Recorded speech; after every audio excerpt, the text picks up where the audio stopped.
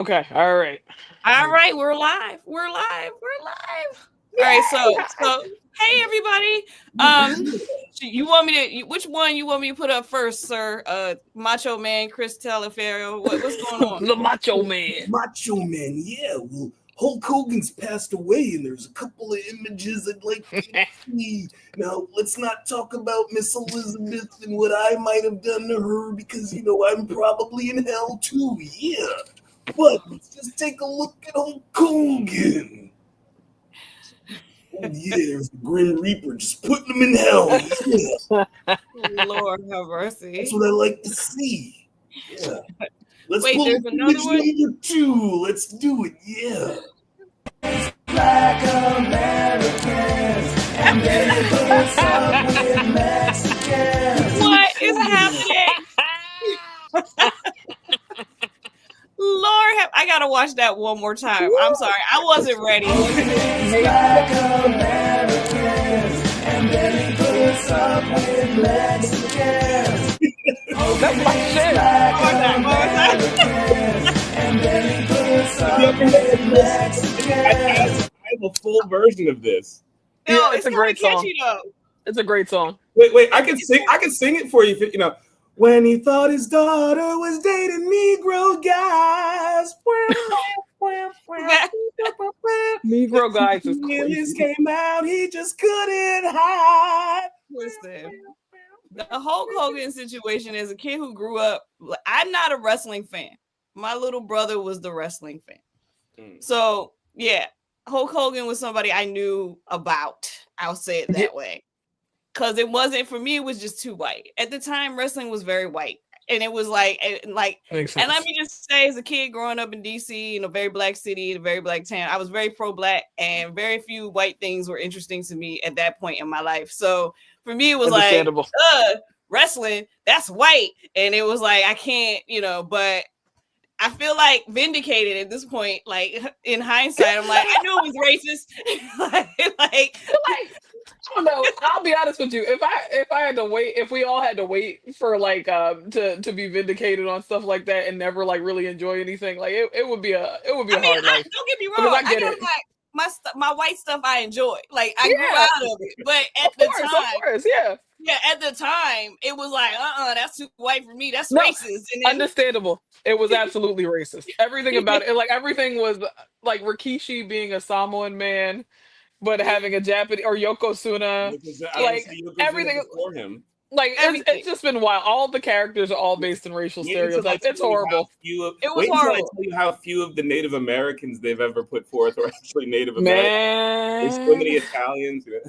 So many Italians. Rest in hell. I don't care. And everybody's like, oh, he was a great patriot. It's like, yeah. No, he wasn't. He was a racist. He's a racist. He was an unapologetic racist. I just if you guys could just let me just kind of cook for a second with this one, and then I'll shut my mouth. So as a man of a certain age, I grew up absolutely thinking that Hulk Hogan was the coolest thing in the world. I was a huge wrestling fan. Please, your face. He was just like a superhero to me. And one of the reasons for this, drink my tea. one of the reasons for this was because, as you guys know, back then there wasn't as much representation as there is now. So while there were black wrestlers like Junkyard Dog, I'm not going to just sit here and list of wrestlers, Coco Beware, etc. But none of those wrestlers were at the top of the card and considered the ones that could win a championship. That felt like a pipe dream, the same way that when I was a kid, a black president felt like insanity, right? To the point where in my adulthood, they literally made 2 movies about a black president being a silly concept with Chris Rock. And wasn't the Bernie Mac was the other one. It was, right? I think there was so. Rock one, yeah. And it was Head of State was, right. Yeah. And then a couple of years later, it doesn't matter. So part of that, part of the reason that Hulk Hogan resonated with me was because he very early on adopted Black culture. He was standing right next to Mr. T at WrestleMania 1, kind of, feeding off of that energy from both of them being in Rocky 3, right? Mm-hmm. He had the bandana. He's like, let me tell you something, brother. He's using certain Brother. that is quite blatantly pulling from wrestlers like superstar Billy Graham, Dusty Rhodes, who were adopting Black culture. So it was almost Mhm. like that was the closest thing that I would have to a champion that represented me, right? As crazy as that might sound, But then, that's the childhood I grew up with.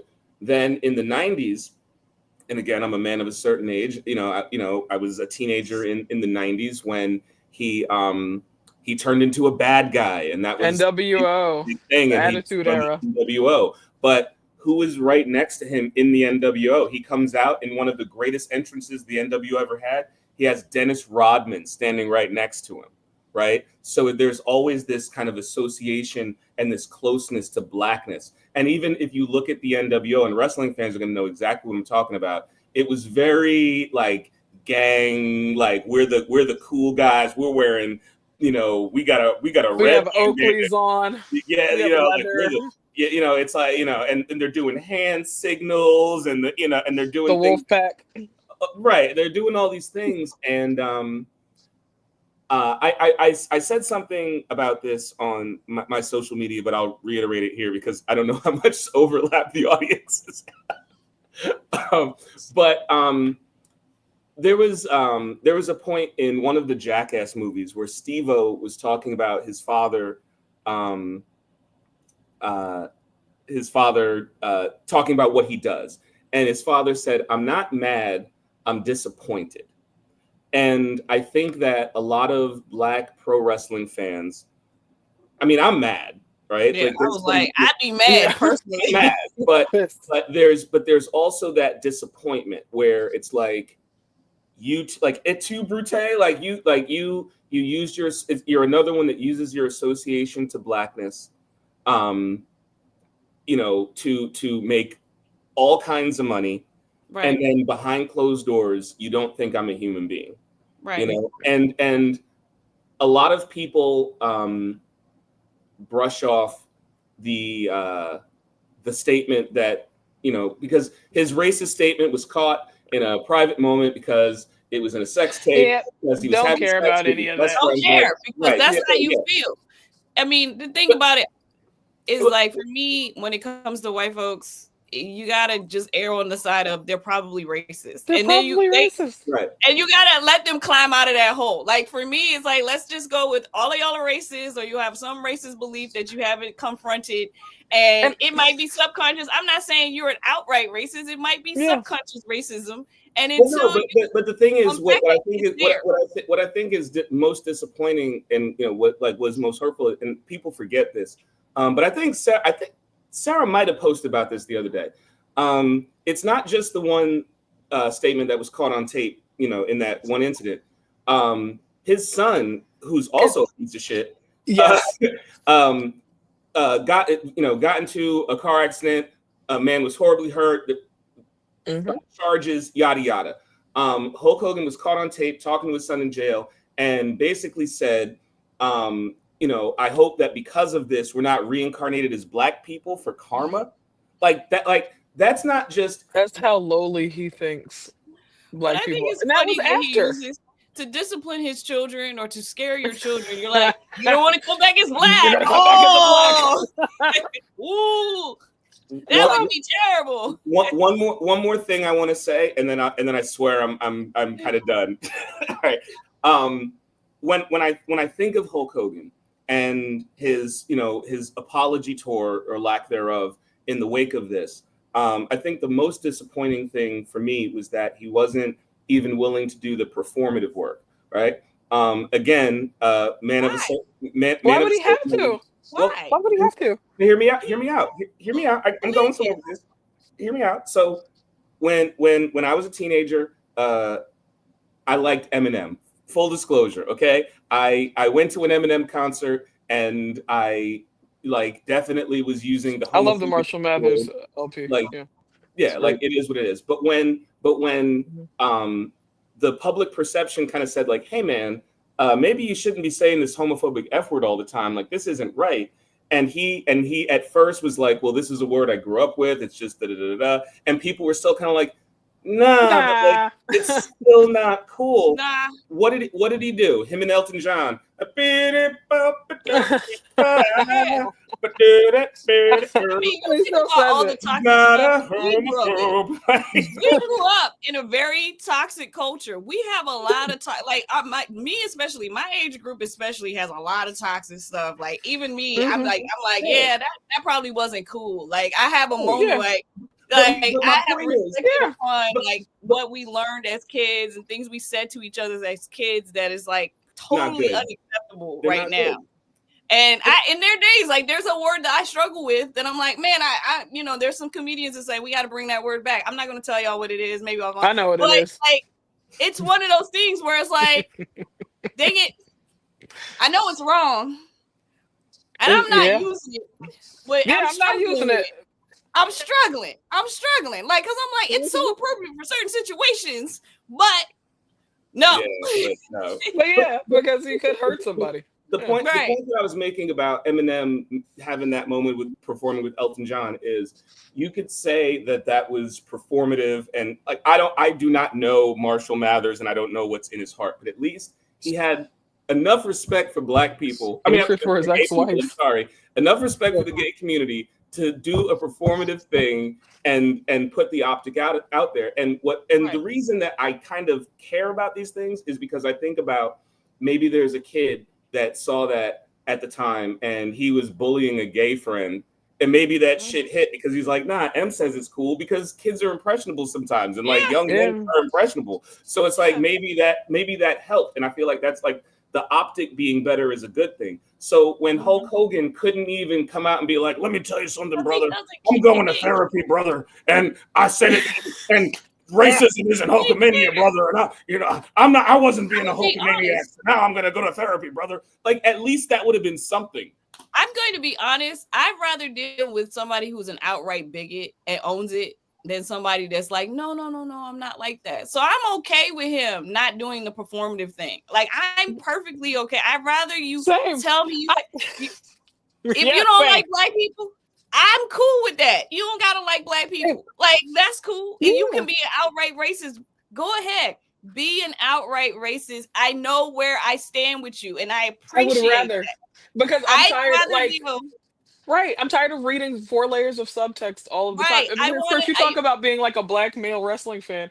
I was like a Black female wrestling fan, like as a child, and I want you to like really, really think about what that means in context. Like, we're just getting like Bianca Belair and Jade Cargill and like all these people. Like, of course, we had Jackie, we had Chyna, and all that. But look what they did to her. They let Hulk Hogan back in the WWE Hall of Fame, and Chyna's still not in there.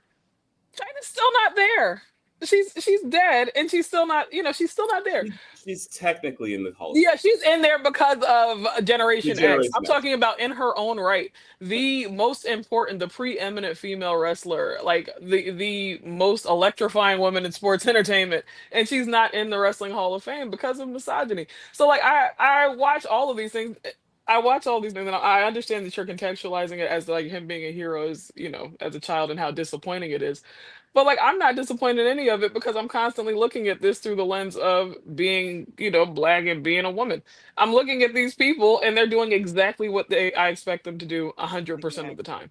Nothing about Vince McMahon ever said to me, him and his do-rag, him making storylines about possibly, impregnating his own daughter.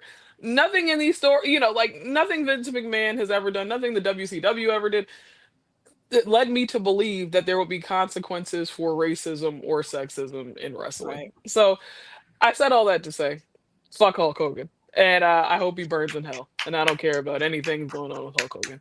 All right, yeah. Okay. I'm going to move to another subject. Did y'all watch this the other day? I still haven't gotten a chance to watch. I saw the clip. I saw 3 minutes. Yeah, no, I watched it. Okay, so I woke up the other morning and I was like, everything on my timeline was South Park. I was like, what happened with South Park this morning? I actually wrote a post and said, should I watch this South Park episode? And somebody was like, yes, you should. So I took some time out of my day and I was screaming all the way through, like literally screaming all the way through. And I was like, he is going to have a full aneurysm today because it was just straight to him making fun of every insecurity that he has, and it was hilarious. And I don't know, like I'm not trying to give away the whole episode. I would tell everybody to go watch it. Like go watch this. It's worth watching. It's worth watching because it has layers and layers in there. Like there was so many layers of things going on. The whole Jesus bit had me crying. Like I said, I was literally screaming from the beginning of the episode all the way to the end. So I don't know. What you think, Chris? Did you watched it? Yeah, no, I watched. It was amazing. I thought it was very interesting in the light of the cancellation of Stephen Colbert's show, The Late Show, and did Paramount? And again, forgive me, like I've been kind of living in the real world a little bit. Did that merger with Paramount go through? Is Paramount and it's on the way. Approved. It got approved. It's on the way. It got okay. approved. All right. So, I thought it was interesting the timing too, because they also bought South Park, like that was it, right for like $1 billion, and so that's where I was like I'm just trying to figure out, is any of this actually going to come through? Because it's almost like the creators of South Park were like, oh, I'm like, they must have had this episode ready to go. Like they're quick though. They are. They've had a pretty quick turnaround. Like I don't know how they do it for 20 years. Yeah, like I feel like they were like waiting to see how the lawsuit was going to go, and they were like, okay, like they might have had 2 seasons. Like if they do it right, we'll put this one up. But if they do it wrong, this is what we're dropping. Because that episode, and I haven't watched South Park in years. What I think is great about them is they have fuck you money. So they do. They absolutely do. That, again, not to spoil things for people that haven't seen it. Like we can kind of talk about pieces of it, I guess. But right. It's been a couple days. Yeah. Okay. No, that's fine. Okay. But what I was going to say is they're pretty much daring him to sue them. Yeah, because my favorite part of so if you haven't watched it, they go in on Trump's tiny penis. Yeah. If you sue for defamation, you have to because prove. South Park said you had a tiny penis. There is something called discovery, and the truth is an absolute defense against the slander. So if he sues South Park for slander and libel and all that stuff, we get to know how big it is. In court, he got to show his penis. So I think it's brilliant. It's a brilliant. I was talking to my daughter about it because I watched it with my daughter and my mom. We watched it together, and I said, "This is how art, influences what happens in the world. Like this is a rebellious act through art. Like all of the things that are going on in the world today, and all of the horrible things. Like they went in on about like having Jesus in schools and how that's not supposed to be." I was like, this is literally how you use art to like change the world and to get the information out there.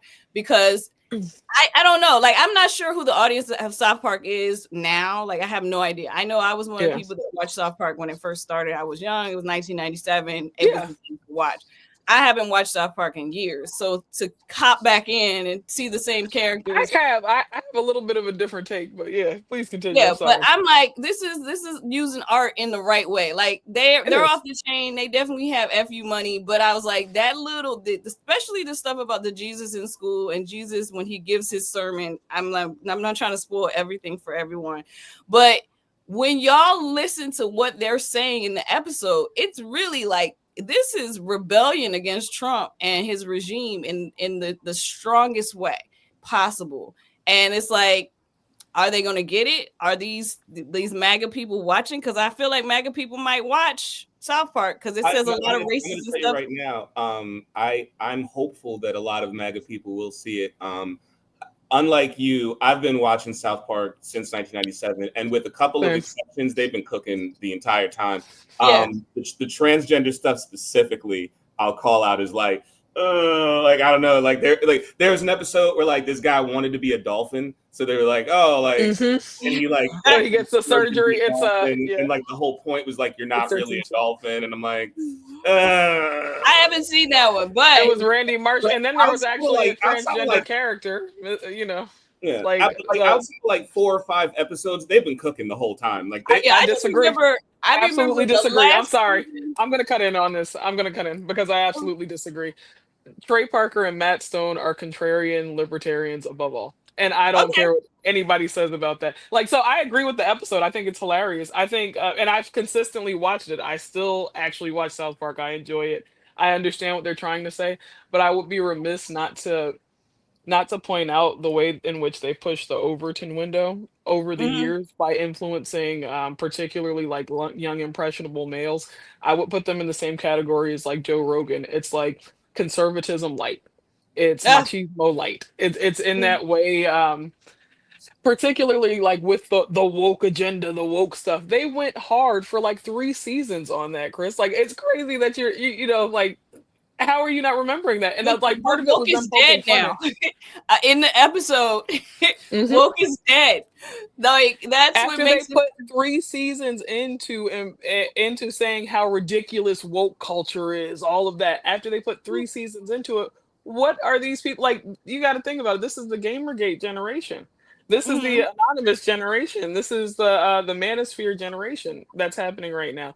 They all enjoy it, and above all, like I said, they're contrarians. And it's like, I get it. I have family members like this. I have male family members that are like high key, like, you know, misogynistic and in their little bubbles, and they think everything like, you know, good old common sense. And they even poke fun at that to a degree.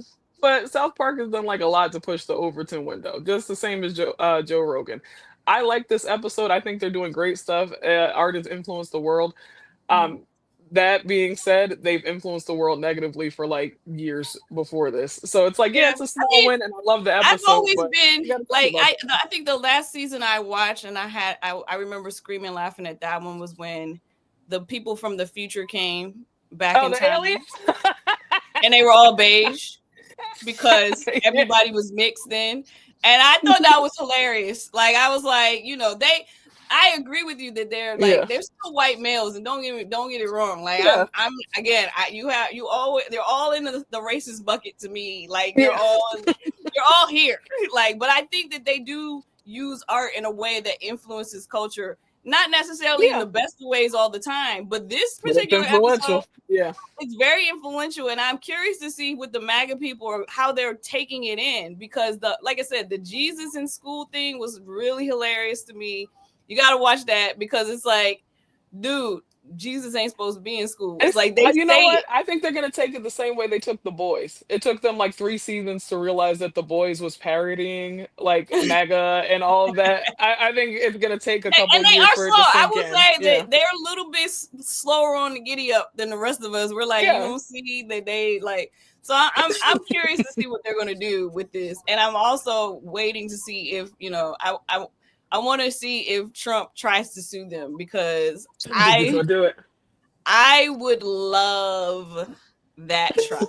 I would love that trial. You're gonna have to give us a play-by-play too, as the, you know, a legal mind. You're gonna have to give us like, we want to know everything about it.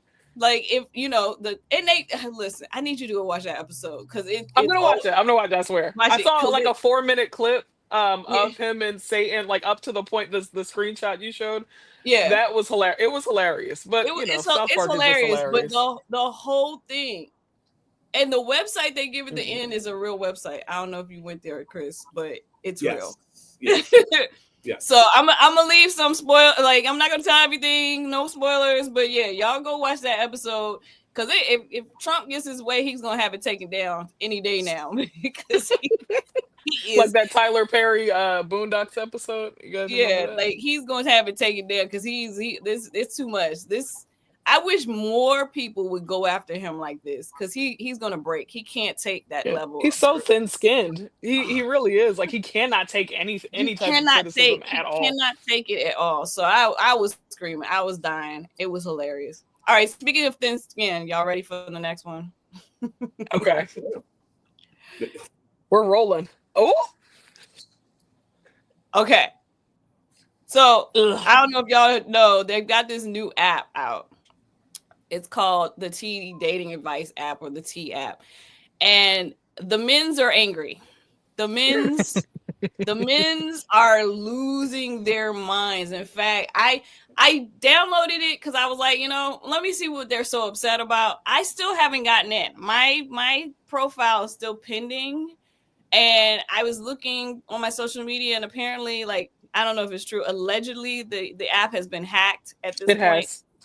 The men are so angry that this app is out there. So basically, this app is like warning, or it helps women warn other women about men and their, what's going, whether they're married or they have a criminal background or whatever. It's sharing this information, and it's anonymous. And so there's a lot of men like, oh, these women are getting on here lying. They're lying on us, and it's ruining lives. I've seen more than one dude make a post about how his friend's life, his marriage was ruined because somebody put him on the T app, and all these guys are like asking their girlfriend or their female friends to go and get on the T app to see if they're there. And I'm just like, I'm actually kind of happy, because this is just another, I guess it's an organized version of Are We Dating the Same Guy groups that have been on forever. And men I even did a video about this like a couple years ago. Like, men are upset that women are now working together as a group. And I've always said this, that women are stronger together than we are separated. And patriarchy pits women against each other on purpose. Like, there's always this idea that women are in competition with each other. So once you get rid of that and you start putting women together, we're working together in groups, suddenly you have this camaraderie that makes women safer, makes women happier. And now women are sharing information about men to the point where the men who are doing, and the thing is, there's some men that are like, well, there's men that they're lying. The women are lying. But I think men think that women act like them and are going to lie on them and get revenge and all of this stuff. And I'm not saying they're not women like that, but it's not as many as they try to make it seem. So, yeah. I agree. So what do y'all think on this one? Chris? You're a man, Chris. Here's a So, couple of things. So I want to preface this by saying that because this is an app only for women, and I have no desire or interest to infiltrate, through like nefarious means to see what's going on there. I have no context, and I haven't seen any screenshots or anything, right?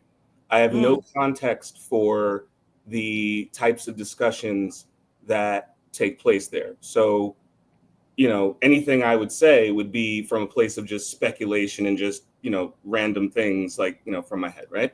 But one thing that we discussed, I think we discussed this, I said this last week, maybe, or the week before. I'm a strong believer in people policing their own areas, right? Mm-hmm. So, that's why when I see men in like pro manosphere spaces, all that type of stuff, doing certain things towards women, I'll go in there and be like, hey, this is wrong.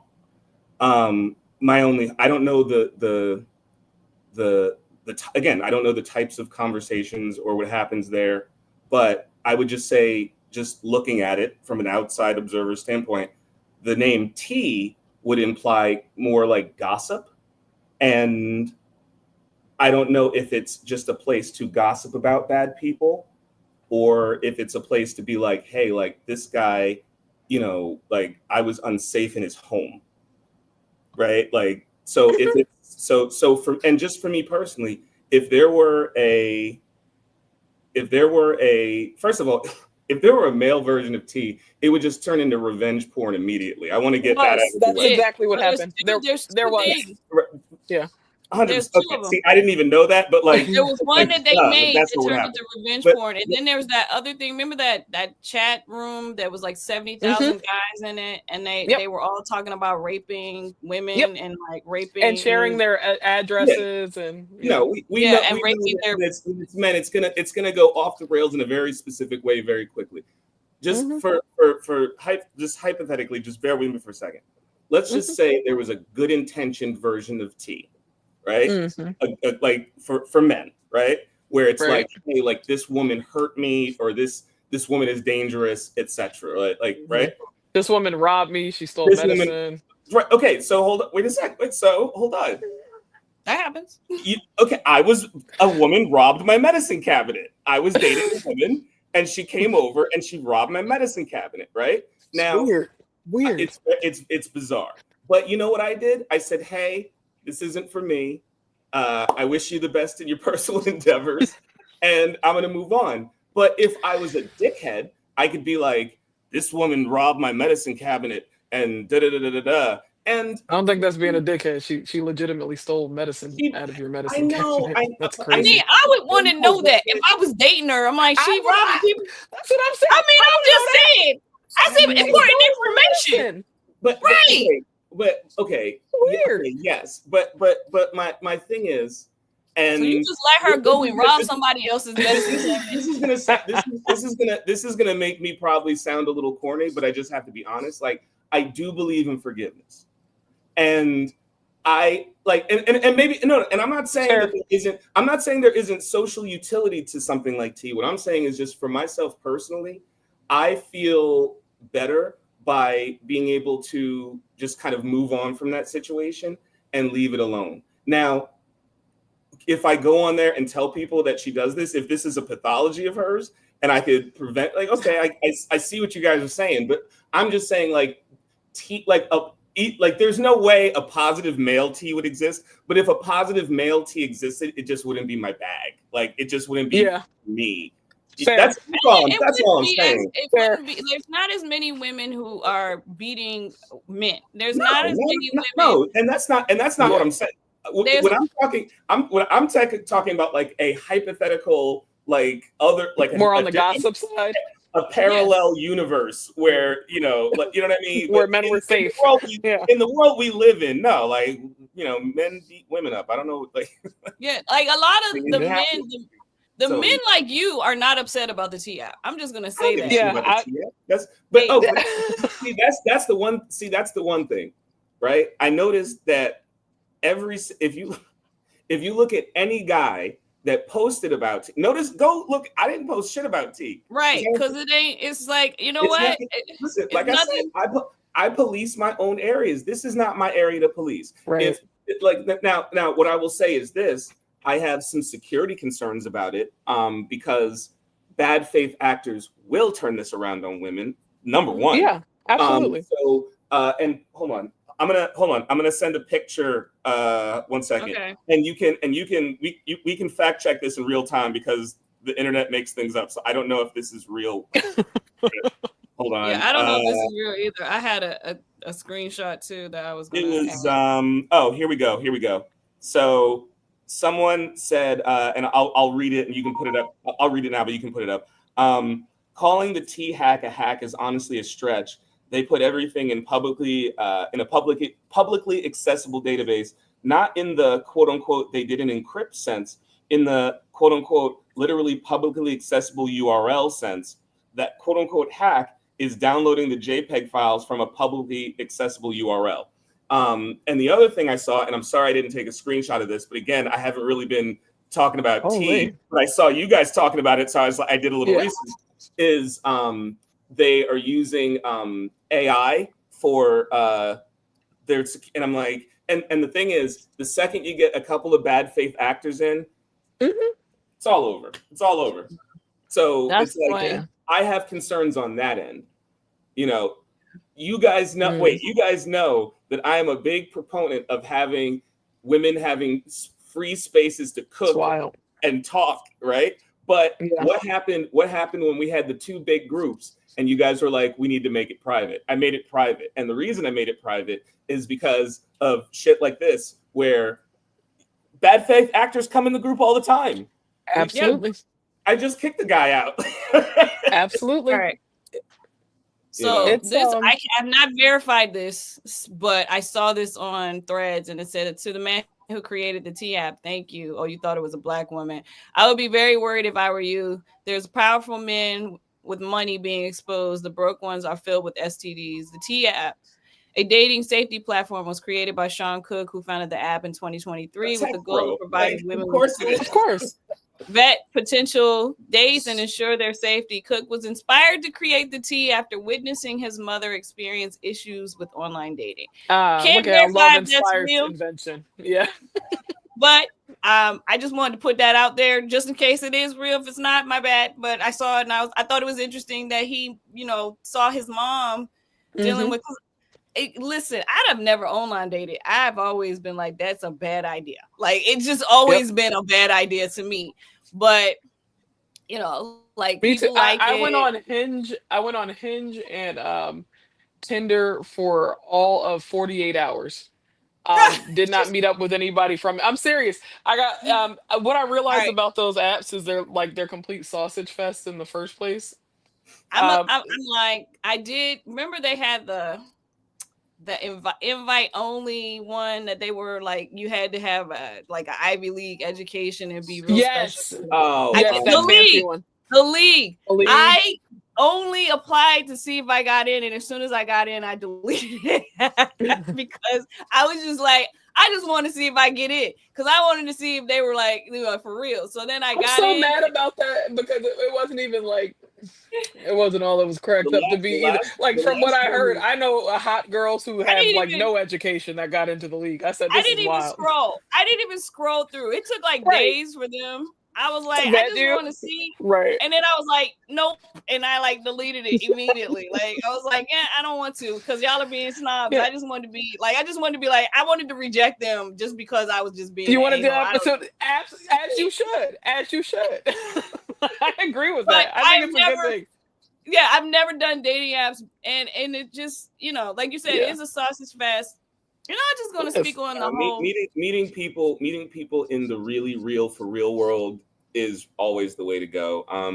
That's the last woman that I went on a date with from Tinder and got in a relationship with punched me in the face. So like, Chris, I'm so glad things are different for you now. I'm just gonna say, even when you meet people in person, it doesn't stop men from lying about who they are, what they do. Very true. People they lie about all of that. Yeah, it doesn't matter. I don't know. Y'all know I wrote a book about dating, and I say when you meet somebody, you're not meeting the person, you're meeting the representative. It takes a while for that representative to become the actual kind of come through. Like to become the actual person. And so it doesn't really stop that. But I'm not upset at the T app or like, are we dating the same guy? I take umbrage in like this idea that like you ever notice that in like, I would say especially like the Abrahamic religions, there's always like chiding against like women who gossip and things like that, and that's just a way to keep the male power structure like in play, because gossip saves lives. It's like, it's a form of soft power that we have, like that communication with each other, and that idea like, hey, no, absolutely not, no, not that one, girl, I heard this about him. Those are all really important things. The frustrating thing is like what happened is exactly what we all expected to happen. The same thing that happened in our massive groups that we have is that sometimes women will screenshot and show pictures of it to men, or all of that, because they're pick-me's. And that's why we say, pick-me's are actually dangerous. It's not just like a social thing that we don't like. If you're willing to make another woman unsafe for male validation, or to improve your relationship, then you're honestly a bad person. And that's what we mean. Like, they get so mad, they're like, oh, you're a girl's girl. Yeah, I am. I'm trying to be, because it's life or death for us. It really is. No, listen. If I gotta choose, go ahead. No, I'm sorry. I just had one question, because this is a legitimate question, because again, when the T app was just brought to my attention, because I didn't know anything about it until you were like, let's talk about the T app. I was like, what is this? So you have to show ID, right? Because you applied, right? Yeah. So you have to show your ID. You have to take a selfie. You have to take a selfie. Okay. Now that I didn't know. That right. I didn't either, because I wasn't prepared to take a selfie when it asked me to take a selfie. I was like, hold up. I'm in bed. I got my bonnet on. Chilling, right? Like I got to do this later. Like I can't do this right now. I have to do this later on. Yeah. No, so, the reason that I ask, and again, if I'm being dumb, y'all tell me. I literally don't know the answer to this question.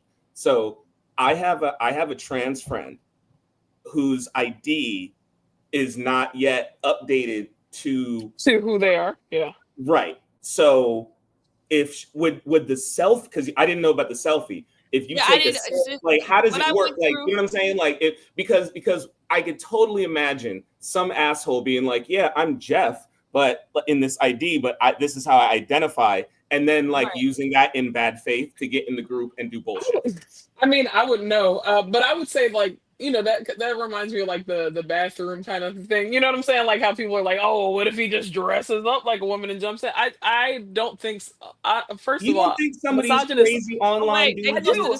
Some of them, yeah, for sure. Some of them, for sure. I think it'll be much more rare because effort is not something that they put in very regularly. Like they don't even put in effort to better themselves or say hi to a woman. I doubt that they're going to be able to put in effort to actually, like, you know, throw on a wig and lipstick and shave real close and pitch their voice up to try to pretend that they're, you know, trans. That's why I said I didn't know about the selfie part. You know what I mean? Yeah, like I thought it was just like, oh, like, because like Facebook verification, you just show your ID and that's it. They don't, and like it's done.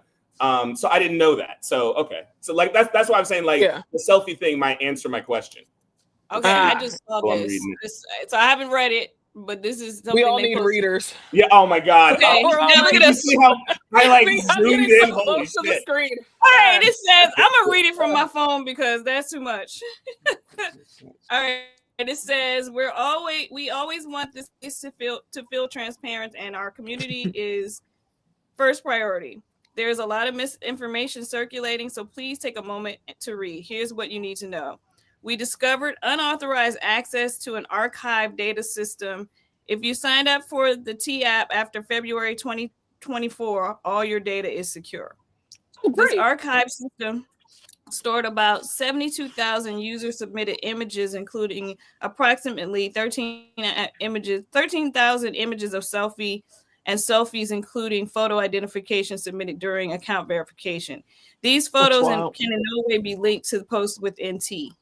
Additionally, 59,000 images publicly viewable in the app from posts, comments, and direct messages from over 2 years ago were accessed. This data was stored to meet law enforcement standards around cyberbullying prevention. We've acted fast and we're working with some of the most trusted cybersecurity experts. For more information, please visit our bio. We're taking every step to protect this community now and always. Thank you for your patience and trust. So they did get hacked, but yeah, it's old stuff. It's old stuff. Okay, so we good. I'm glad. Good enough. I wouldn't have cared. The selfie I took, I forgot. So they like I said, it asked me to take a selfie, and I was like, oh shoot, I ain't like I'm in bed. Let me do this later. It wasn't. That's what I'm talking about bad faith actors, because makes sense. All it takes, like, trust me. Again, going back to the whole policing your own areas thing. Do you know how many men I've seen?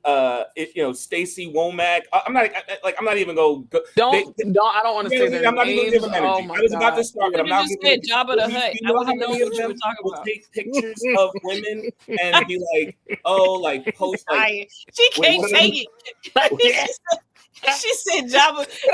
I'm thinking about that picture of him in the gym with the fucking hat. And oh my God, he's a mess. All you have to do, you don't need to say his name. Like just say Jabba the Hutt, and we know. Jabba. But all it takes is one of those freaks, and that he's gonna go in and he's gonna go grab all your pick. Like that's really what I was thinking in terms of like. is that like this needs to be a secure thing, if anything, which is why again we made the groups private. That's my whole thing. And again, I know what you were saying, Sarah. Like, they're not putting wigs on, they're not shaving, they're not but that's why I didn't know about the picture verifications. I think that's, but again, like I hope that everything is secure now, and I hope that they're telling the truth. Yeah. Because like some dude's gonna go in there and go get a bunch of pictures, and it's not. I mean, they don't even have to, is what I'm saying. Like, honestly, it would be the another pygmies. woman. Yeah, it will be. I forgot you said no. You're yeah. Well, more than I anything, don't know. I didn't screenshot it, but it was a woman who she I don't know if she was sued, so she gave advice to the women who are on T app saying to avoid getting sued for slander or whatever. Make sure that you make your statements about your experience, how you experienced it, and how you feel, and that will kind of just cover like, this is what I experienced with this person, and this is how I felt in the moment. And you don't accuse them of being, you don't say they're a cheater or they're a liar. You kind of just say, this is what I experienced, this is what he said to me, this is like, and that's my perception of my interaction with him. And that kind of just takes care of it. And I was like, the way the women are organizing on this here, this is never going away. I just want, I don't think it should. Right. I feel like as thing. A woman who grew up in a time where men really had a good run. Like, I feel like fellas, y'all had a good run.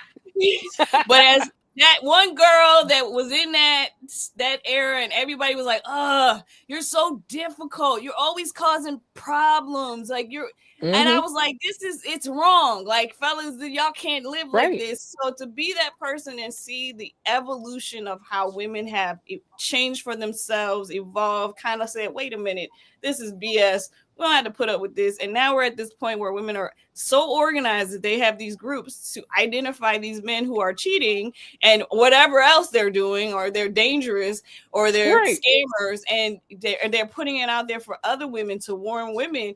It's like, this evolution is great. And I'm just like, wow, like, ladies, we come a long way. Like, I'm proud. Like, finally here. I've been waiting for this the whole life. And now we're here. Right. After all this time. No, and I just think that, it's like the guys that are afraid, I just really wonder what they're afraid of. I'm not a perfect person. I cheated on a girl like 25 years ago. So if she goes on T and says, I've got worse. What'd you say? Oh, nothing. Oh, nothing. She said she did worse. Boy, I was a dog. I was. So like, she was running through. She said, "Bow wow." You would be on that app like that. I would be on the male T app. But I'll tell you, she wastes time. If y'all see somebody on there named Tracy Jones and she says I'm a cheater, she's right, because I cheated on her like 25 years ago. You know what I'm saying? Like, that's. But I feel like there got to be a time limit on the cheating though. Like 25, like I feel like youthful cheating ain't even real cheating. Like if you under the age of 25 and you cheated, I don't even think that counts. Like I feel like that's just hormones and boys and girls. I don't even care. But my point is, right? Like, what about 30? I've made peace with every piece of my history. So if I'm dating a lady and she goes, "Oh, I was on T," and some girl named Tracy Jones says you cheated on her, I was like, "Yeah, I did when I was 18 years old." Sorry. I don't think that counts. 18 is not right. I don't care what anybody says. I feel like anything that happens under the age of 25 is allowable. You're just messing around. You're just fucking around finding some things out. And ignorance is like youth, ignorance, hormones, and like none of that matters. And everybody's so hot. Like, you're so hot at that time. Like, I was pretty good looking. That don't even count. Like, it don't even count. You shouldn't even be paired up at 18. Like, nobody. You should be wilding. Like, there should be no couples at 18. 18, everybody's with everybody. Like, that don't even. I'll even give you guys another scenario that I wouldn't even be worried about.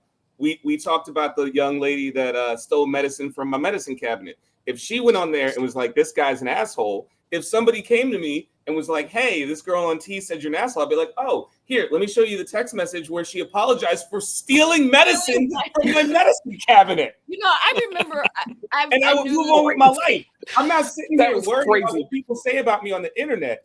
Like, yeah. Like, look, people have said some horrible. That's things really about what it is. Internet. That's the other thing. Like I don't care if you say you heard. But let me just say that I remember we have a stalker that fakes screenshots of me being of me saying things. That's the craziest thing I've ever seen in my life. I was like, what? What is happening right now? I didn't say that. Yep, they fake screenshots. People are crazy. People are crazy. I remember I had this one chick I knew, and she told me when she would date a guy, she would go through his medicine cabinet. Now, me as a non-nosy person, I don't do that. Like, I don't care what's in people. I'm not going to go to your house and go through your medicine cabinet. Like, I thought it was very weird behavior. And she was like, no.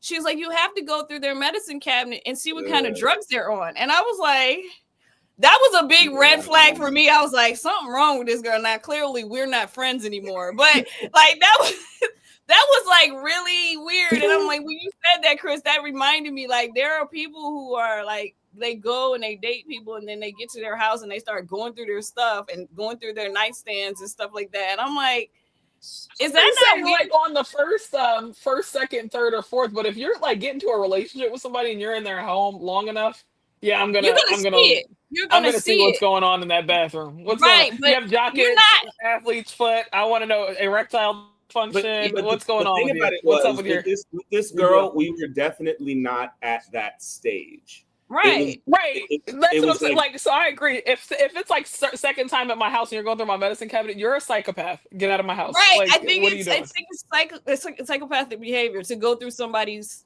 medicine cabinet. That's weird. And started dating. Yeah. It's really psychopathic to steal. This person also, I told them that I wasn't ready to meet their child yet because I wanted to keep our children separate while we dated and courted and got. This is a healthy thing to do. And then she brought her 3-year-old daughter to sleep over my house. And I started to have a panic attack because I'm like, well, now I have to be nice to this child, but this isn't right. And like, I don't know, like, Sarah, you know my place is not so big. Like having a kid, like, you know, it's like. Also, as another adult, you should be nervous when other people's children are, you know, like I'm always nervous. I'm always more watchful and all of that. It's like, I don't want a kid getting hurt at my house. I don't want a kid, you know, feeling uncomfortable at my house. I don't want my stuff to get broken either. But mostly, I don't want that kid to feel like, you know, unsafe or unwanted or scared or uncomfortable. Like, I don't want that, and I don't know their routine. Like, I don't want. You shouldn't bring a toddler to a dick appointment. I said what I said. Literally, like girl, what are you doing? What are you doing? I don't even. What's gonna happen? Where's your kid gonna go? I don't know. I don't even know what's going on here. Okay, that reminded me of another story that would end up on the T app. I remember I dated this guy, right? He said he had 2 kids. Okay. Oh my God, I got one for you. So this is a story that would end up on the T app because he said he had 2 kids, but then he slipped up because those 2 kids did not live in this country. He was foreign, you know, he was a citizen, but he was from another country. Those 2 kids were teenagers and they lived in his home country.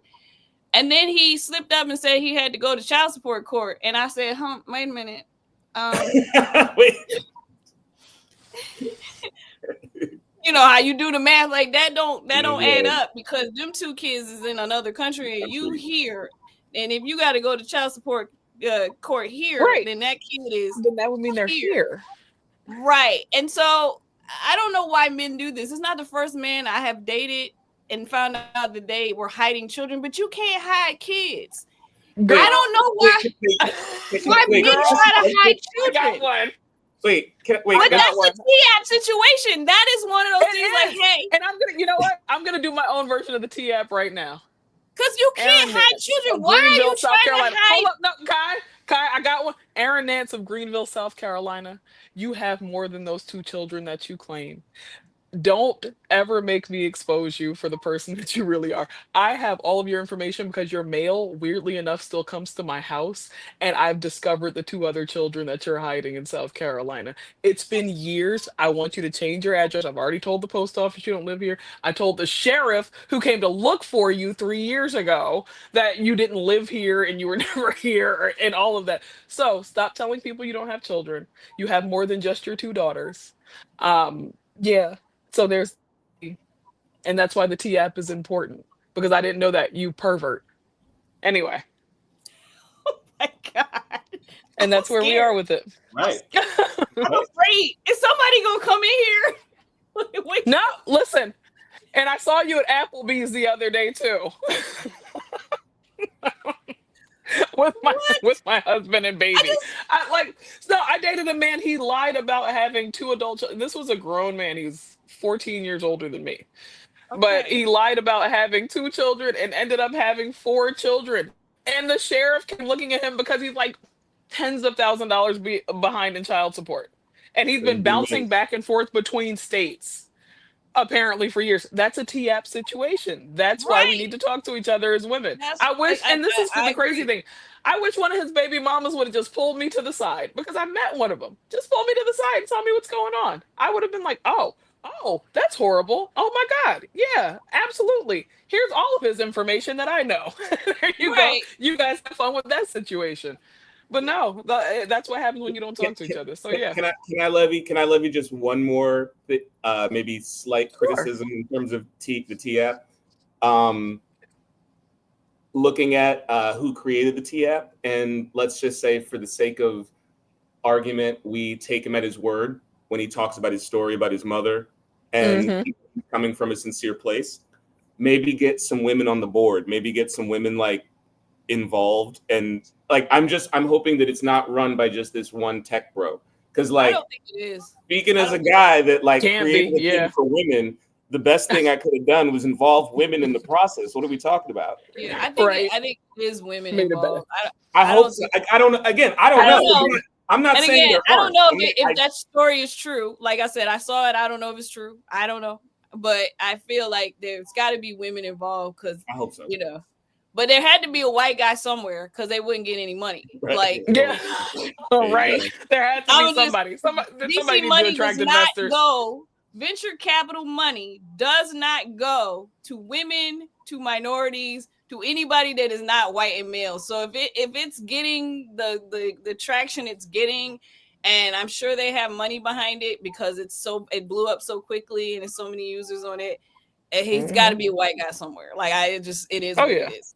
Like I just like It's that's kind of why it's like it's the kind of like story's when you see believable. those videos of people giving $1,000 to a homeless person in like kind of like a self-serving way. It's like, well, hey, somebody is actually going to get a meal and a place to stay tonight, so that Right. so it's like a net positive. It's like the tech pro might be making some money, but But if some yeah. women are healed and women, some women are Like, protected, Right. it's It like balances. you yeah. know, I've been in tech bro country for a while now, and there is no money unless you're white and male. It is what it is. Yeah. And so many, great business ideas never come to fruition because there's no white male in the room to get the money. So So we get a I, white dude on this live. We gotta get a white huh? dude. We gotta get some. I know plenty We of need a white white. people. You know what I though? know so many white guys. Hold But on. the We thing need a is, white guy. will we be nice to him? I don't know if I can promise to be nice. We have to get some even keeled white guys who are like, yeah. Oh man, I know. He's It's like, me. yeah, that I was get racist as hell. it. That was racist. We need a white. We need a white. Although I follow a couple white guys Follow a white guy right on now. social media. Are you calling a white guy? On a white guy. For my life, I'm calling a white guy. I hope he picks up. You want to use a lifeline right now. Call a white man. It's like, this is so stupid. Look, we got everything. We have so we have white guys. We have confrontational confessions. We have tea. We have wigs. We got everything on this show. Come watch us every Saturday. God. And my face is always hurting by the end of this. Oh my! It's like I start getting this pain in my This is face. how I get my core workout right here. My That abs are might like be this. why my abs were sore. I was like, See? why are my abs sore? I haven't been working out. What's going No, on? we laugh It's hard. laughing with y'all. We laugh around here. Not pick it up. Oh man. You have boo. unreliable whites. Unreliable whites. If it's wait, which white is They're it? never Which there when unreliable you need white? them. Lucy. Never there when we need him. They Rob, never realize. you know, Allies always, Yes, they I call always back Rob. out when you need them. Rob, you were supposed to show up. Rob, Rob, Rob gave me the he's a good coolest. white. He gave me the coolest, but like the most white, nerdy male like birthday gift. Did I tell you guys about this? No. He came to my birthday party and he gave me Indiana Jones's fucking journal. And it was wrapped in parchment paper with like So twine much. around it. And you open it up and there's pictures of Harrison Ford in there, like as if he took a photograph, like doing something. His passport my in there. And it's like writings of like it's like day 14. And like in the movie, like when they do the map, like they do the plane across the map, like the maps from the movie are in like I love that. coolest guy in the world. I love that. I love that one. Really is. Listen, When we No, win for the real. race war, I said this publicly. When we win the race war, he's gonna hide in my attic like Anne Frank. please, not you hiding whites. Don't hide whites. You don't even have to Just check the my one. house. Just I'm him not hiding nobody. And Tony Hawk, Right. that's it. Right. That's it. I'm The bowing rest to. of it That's the goes. one time I'm gonna bow to fascism right there. Right. I'm not- Like, ain't nobody here. I can't put anybody at risk. Listen, I'm light skinned anyway. They don't even trust me. I can't sacrifice myself for you. I gotta be here now. You're gonna be like, I don't know if you also. they're not here. They're not. I don't have anybody in my house. No. I don't know what you're talking about. His last Like, name is Jones. Oh my god! I don't know if y'all saw the post where I was like, I was really raised by black people because a white dude knocked on my door. Did y'all see that? Like last. No, I didn't see that. Can you put it up on the Summer Jam screen? Can you? I don't. I gotta find it. Next But time. last week, me and my daughter are in the house. We're on the couch. We're watching TV, and somebody knocked on the door. Now black people, we don't answer the door, right? And nobody's there. That's not what we do. We aren't expecting anybody. Nope. So I, of course, don't go to the door, but I go to my window to see who's at my house door. It was a white guy, so I was like, nah. And I like. Absolutely and we not. sat back down because I don't know why you're here. But then I was like, that's like the blackest thing. I don't know. Like, it's very black. I don't know. I'm very black, and I do a lot of black stuff. And now in that moment, I was like, and my child didn't flinch. Like, the thing that's crazy to me, she didn't go, "Who is that?" She didn't she was like, "What's going on?" She was just like, she looked at me like, "Who was it?" This? And then I went to the door. She was like, I was like, some white guy. She was like, I don't know. Like, we were both like, nah. And then the craziest thing is I watched him roll away on his little hoverboard. And I was like, what the hell was that? Door-to-door salesman. That's their new thing. They have hoverboards. Yeah. I was like, what? That is so corny. And like, the thing that made it worse, so corny. He knocked with the dun, dun, dun, dun, dun, like the familiar knock. Like, I was really absolutely not.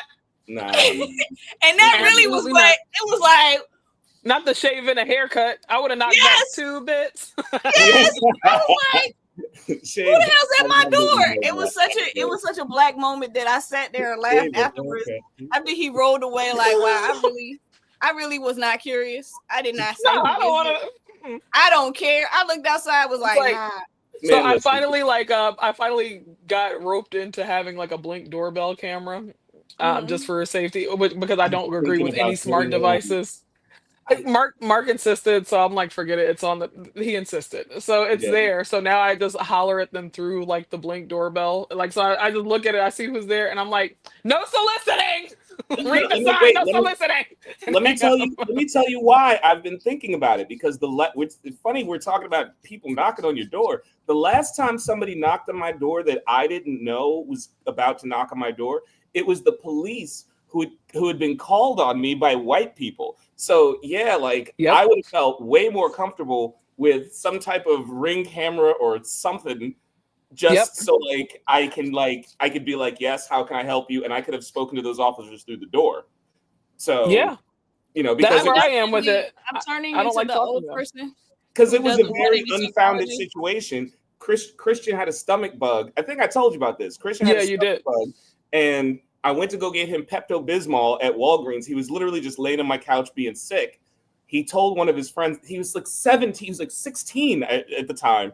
He told one of his friends that he was home by himself, and they took that to be like, oh, he's home alone, and called the fucking police.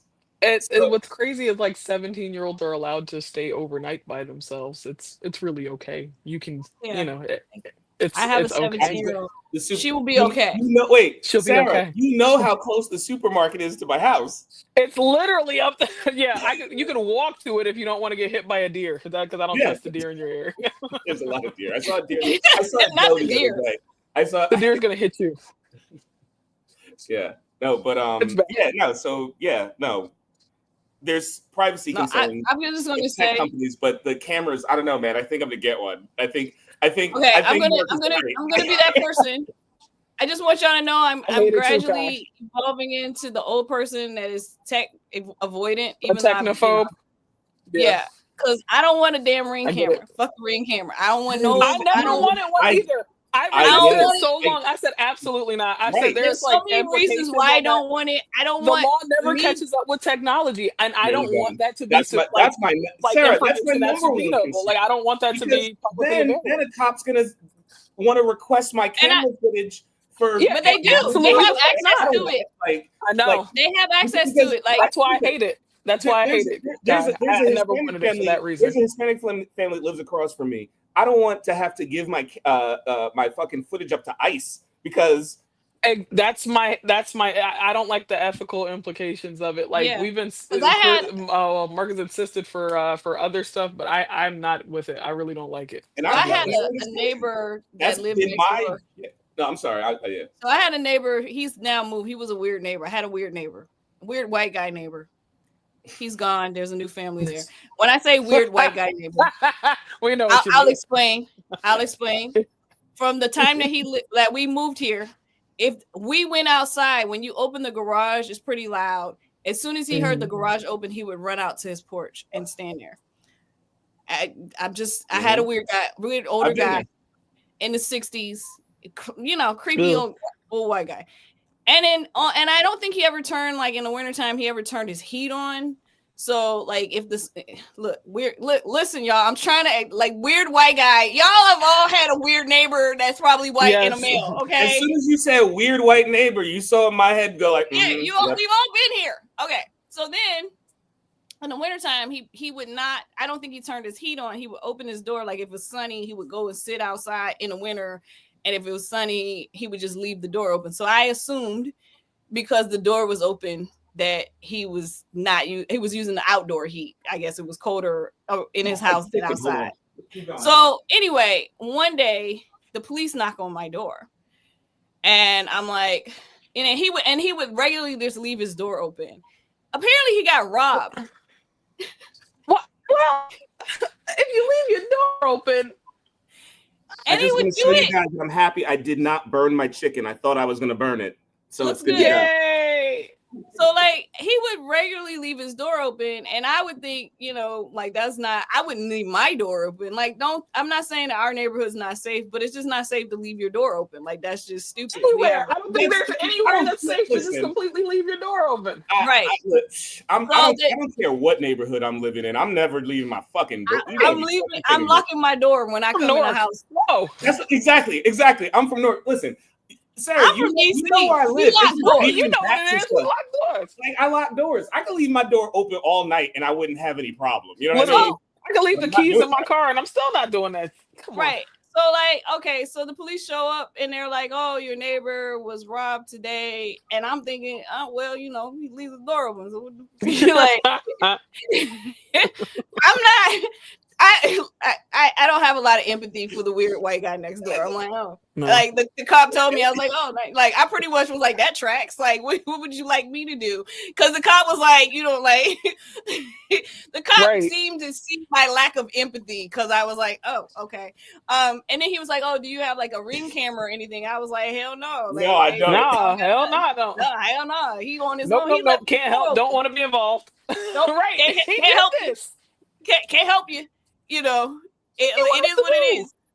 And I'm like, maybe he shouldn't leave his door open. Like that might work. Like I think that's fair. That's a fair assessment. Like fair. What do you want me to do? Like, what do you want? I think somebody cased him because he would regularly leave his door open. Like, I think if somebody was just driving by and just saw that this door was open on a regular basis and was like, you know what? I'm gonna just roll up in there one day and did it because it was just regular. That man has that doesn't like bother. Like, I don't understand that whole door open thing because I watch like a lot of like 70s like true crimes and stuff where the serial killers were just like getting a name. And I'm just like, the amount of like, especially in California, the amount of serial killers that just existed and would come into people's houses because the doors were unlocked. And I'm like, you know that Idaho killer. Did you watch the Idaho killer thing? I haven't watched the special on it. I've read something about it. The sliding glass kitchen door was unlocked. They just left it open. I know nothing about this, so I'm gonna let you didn't hear about the Idaho, the guy that killed four kids in Idaho from the university. Was this recent or like a historical? It was like 2 years ago. No, it's like 2 years ago. He just did this. Okay. He just got convicted because he pled guilty. The impact statement from the sister. Did she freeze? I think she did. Oh no! Am I frozen? Oh no! Yeah, you froze for a second. Wait, am I frozen? Okay. You're back now. You're back now. Okay. The impact statement from one of the sisters of the victims was actually incredible. She went in on him. She attacked him in a way that, you know, you could tell if this is a narcissistic person, which he likely is because he did all of this planning for it and it was trying to commit the perfect murder. She went after his ego so hard, and you can tell he was so bothered. He was seething in that seat, and he just had to sit there and take it. I said, this is the best one I've ever seen. I gotta read the impact statement because, like, first of all, where is this? Where can I? Where have you been? Like, bro, you don't. It's actually this is like the weirdest murder because they were looking for him for like weeks. They couldn't find him. Like these 4 college students in like the whitest town in Idaho, America, just end up stabbed to death in their house. Just murdered in the house. And it was like pretty. When I tell you that I missed all of this, I'm not. They had like a whole nationwide manhunt. Sunglasses. I'm serious. Yeah.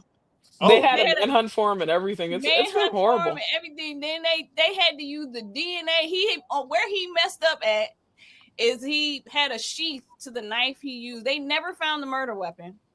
Oh, a sheath, not a. I thought you said a sheet. Sheath. Like a sheath. Yeah. So he accidentally left the sheath to the knife that he killed them with in the house. Yep. And so they never found the murder weapon. He was a forensic. What did he take? Forensics. He took forensic something. Science major. He was a forensic science major. He was studying crime scenes. So he had plotted. He had been driving past these kids' house. It was weird. And the way they caught him, the crazy thing is they had the ring cameras saw the car in the neighborhood a lot. And then that sheath that he left, there was a little bit of touch DNA in there that they were able. Bit. Touch DNA is so fascinating. It's so fascinating how far we've come with that. They were able to use to match to his father's DNA they got out of the father's trash. Like it was a whole lot. They did a whole lot of work to catch this kid. If that one little thing hadn't been there, they might not have gotten away with it. He would have gotten away with it. He messed up with that. But when you see his photograph, you're like, yeah, that's the killer. Like he looks like, you know, I don't know how to describe this other than he's a soulless person. Yeah. Like when you see his eyes, Vapid. he doesn't have a human. What's his name? I'm gonna send the picture. I don't even know. Just look up Idaho. Look, Idaho killer. It'll Killer. Come up. He's a soulless person. I typed IDA, and it was like Idaho Murders Documentary. I'm like, that's how we're like. How do you not know about this? Like truly under. I know we're all in our bubbles, but you are. We are in our bubbles, but this one. This is serious. Yeah, wait. But then, so then they got him, and he was going on trial. Was it last week or week before last? It was recent. Last week, I think, right? And he took the plea deal because they said, because Idaho still has the death penalty, and the prosecutor said you can get life in prison, and if you take this plea deal, and he took it, he pled guilty, which was crazy to me. I was like, dang, he really. Like, I have to read the sister statement because I didn't read that, but it's one of those. Dang, this dude is just. He's soulless. He really does look soulless. That's the first thing. As soon as I sent you the picture, I was like, "Holy shit!" Yeah, that's nothing. As soon as they put his picture up, when they caught him and arrested him, I was like, "That's the killer." Yep, that's him. Like all the black people, like he did it. He did it. That's the one. I don't need to hear nothing else. That's the boy. Nothing else. Guilty. For real. It's clearly him. Come on. It's clearly him. It could be anybody else. It could be anybody else. But like I look at stuff like that and I'm just like, why do people just like leave their damn doors open? Like it always just blows my mind. Like y'all don't do a check. Like I go check the garage door. I check the actual garage door. The window locks.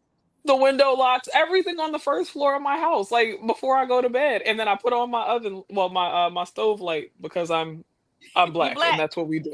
I haven't turned my stove light off since I moved here. Yeah.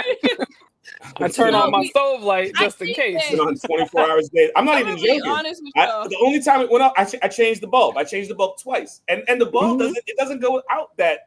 Like it doesn't. Like every couple years, a couple years. I think you gotta have your stove light on. Yeah. I'm gonna have the black people moment. It's because of slavery that black people are very precautious about their home safety. Everything to do is about survival. Right. Literally. Why do you think I looked towards Hulk Hogan as a child? Because I was looking towards the only thing that was like survival. It was survival, man. We lock our doors and windows because we were victims of terrorism in the South for so long. Literally victims. My grandfather left Tampa, bro. This was the Klan, man. Right. Like my grandparents kept shotguns behind the front door. And some of us eat chitlins, even though that's a fucking gross thing to eat. Hey, you survive. Man, but they be taking sometimes though. Okay, hey. I'm not gonna cook them. Nah, I'm not gonna cook them. But I done had my family members in there. You won. My great grandmother, when I was in Virginia visiting her, sometimes would make chitlins, and I used to almost throw up when she was cooking them. Like, I would never cook them. That like, if they're on a plate, I can just ignore. If they're served, I can just ignore them. Like in the kitchen, as the fumes are going, get out of my. If you're truly country, and I'm going to say this as somebody who, so I didn't grow up there, but I definitely lived on a farm with my ex, like way out in the country. But if you're truly country, what they'll do is they'll take the hose, and you take the hose and you put it through, and you got to clean it out that way, and that's how you know that's when you're getting the freshest chitlins when you got to clean like that. So like that's Oh, do we have a new? Do we have a new one? This one is you gotta clean the chitlins. You gotta pull. I know, but that's our new. I didn't realize what you meant. Wait, hold on. Are the chitlins? That's that's our new one. Oh Lord. Or I'm gonna make that is literally the motion. You take the hose, you gotta plug it through. You gotta get all of the remnants inside the intestines, all of it. You gotta take your thumb, like suck marrow out of a bone. You gotta like pull it through, and then pull it through. I would never. You gotta get it all out. And the fact that I know how to cook them, that just tells you it's like for me. I don't even eat pork, and I know how to cook chitlins. That's wild. I don't eat pork. I grew up in DC, but I spent my summers in the country with my grandparents in Virginia. So I have this weird a lot in common. Yeah, like I think we're the last age group that you know what I'm went saying? and Like, visited our grandparents in the country. I don't think that the kids after us had that experience where their grandparents still lived in the country. see, my grandparents went up north, and all of their siblings were still in, in the Low Country in Georgia, and then the Panhandle. Yeah. So, but my grandparents were up north, so and then my mother doubled back to the Carolinas, so I would go up north to visit again. That's how we would do it. Yeah. We went the Like, opposite way. I would go to Virginia every summer. I was in the dirt but grandparents had a smokehouse and chickens and stuff like that. Oh, like yeah. I love I have that's, a very that's the kind of life that I like to live. I'm telling you about. She had chickens. There was a cornfield. What's it called? She lived. It was like a family compound with my Aunt Laverne and my Uncle Mason, and they had one house over here, and she had her house over here. My Aunt Laverne and Uncle Mason still live there. I just saw them at my grandmother's funeral. I was just over there like a couple years ago, and it looks exactly like it did when I was a kid. They had a peach tree. It's like it's the best. In fact, I'm going to show you guys some videos. Y'all keep talking because my family still lives in that same town. Like, I have aunts and uncles and cousins, and they send me stuff.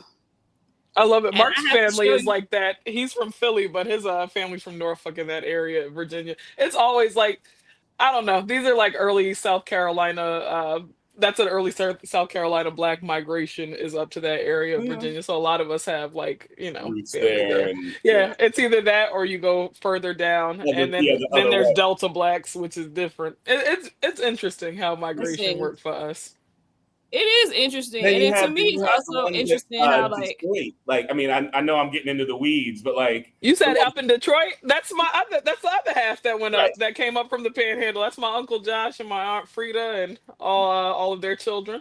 Exactly. So all the Black folks from here or in California that I've seen, all of them descended from Texas and Arkansas. The Delta. Mm-hmm. Okay. I've seen like a weird amount of Creoles in Oakland. So I thought they were a lot of like Delta Blacks, yeah. Well, I've met like a lot of Creoles. Louisiana, Texas, and Arkansas came this way. And a lot of them migrated this way to the west because I can hear it in the accent too. I can too. I can hear it in the Oakland accent. And when I first got here, I said people are like, Oakland people don't have an accent, and I'm like, yeah, yes, they do. And I was like, it's like a bastardized Southern accent. You can hear the Southern in it. It's not quite Southern, but you can hear it.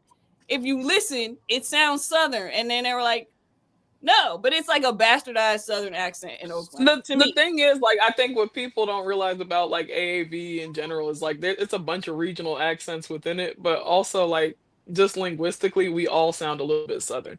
Like, even if you were from New York City, there's certain things that you say, and those inflection, those vowels and the diphthongs that you're using that are very typical of Southern accents, because all of our families are from a particular area. If you're a Black American. Yeah. Yep. It's like I can't find this other video. Hold on, let me send the one I found. So my uncle still lives in the country. Oh, did it say? No, it didn't. Okay, never mind. I'm still looking. Hold on. So my family's still there. They're still in the South. Still doing the country life. Yeah, I love it, as it should be. As it should be. It's a good life. I can't find it. Where'd it go? I'm trying to convince all of my siblings that we should do that too. I was like, we can just get like some acres. Yeah, we can just get some acres. There's a lot of Black folks doing compounds now. I don't know if y'all have noticed. Yeah, and I like that. I prefer it. I would love to live on a compound with my siblings. If I don't have enough siblings, but if I had enough, if I had some like-minded people, I'll just take like-minded people. They didn't even have to be blood. Listen, come on down. Come on down. We'll figure it out. I'm all for it. Like, seriously. I ain't gonna lie. I've gotten to the point in my life, like living off grid, just getting little solar panels and then logging off. Look, let's do it. Growing some food. Society is exhausting. I think like 20 is honestly enough. About 20, that's really enough for like 8 families. Yeah, 20 can work. It's really I don't know. That's my goal. It's very doable. It's extremely doable. I know a lot of real estate agents. I don't know. I'm gonna start putting things in the works. She's like, I'm Hey, just saying. did you know that I'm a real estate agent? Wait, No. what? I've been. Wait. I posted. It's funny. I posted about it today. I swear to God, because and I'll just read the. I'll just This read. would be our life. No, I've been a realtor. I've been a realtor Oh, for I years. love it. Look at them. Look at them playing in the yard. So Oh, cute. so cool. I can't. They got zoomies. So cute. I love it. This is from my uncle's house, his backyard. That's adorable. Please, trying to they're find so the other cute. one. Yeah, they got the deer zoomies. They're just going for it. And is that a random squirrel? Like, no. Okay, yeah, I thought it was a random squirrel, but it wasn't. It was like a little thing on the screen.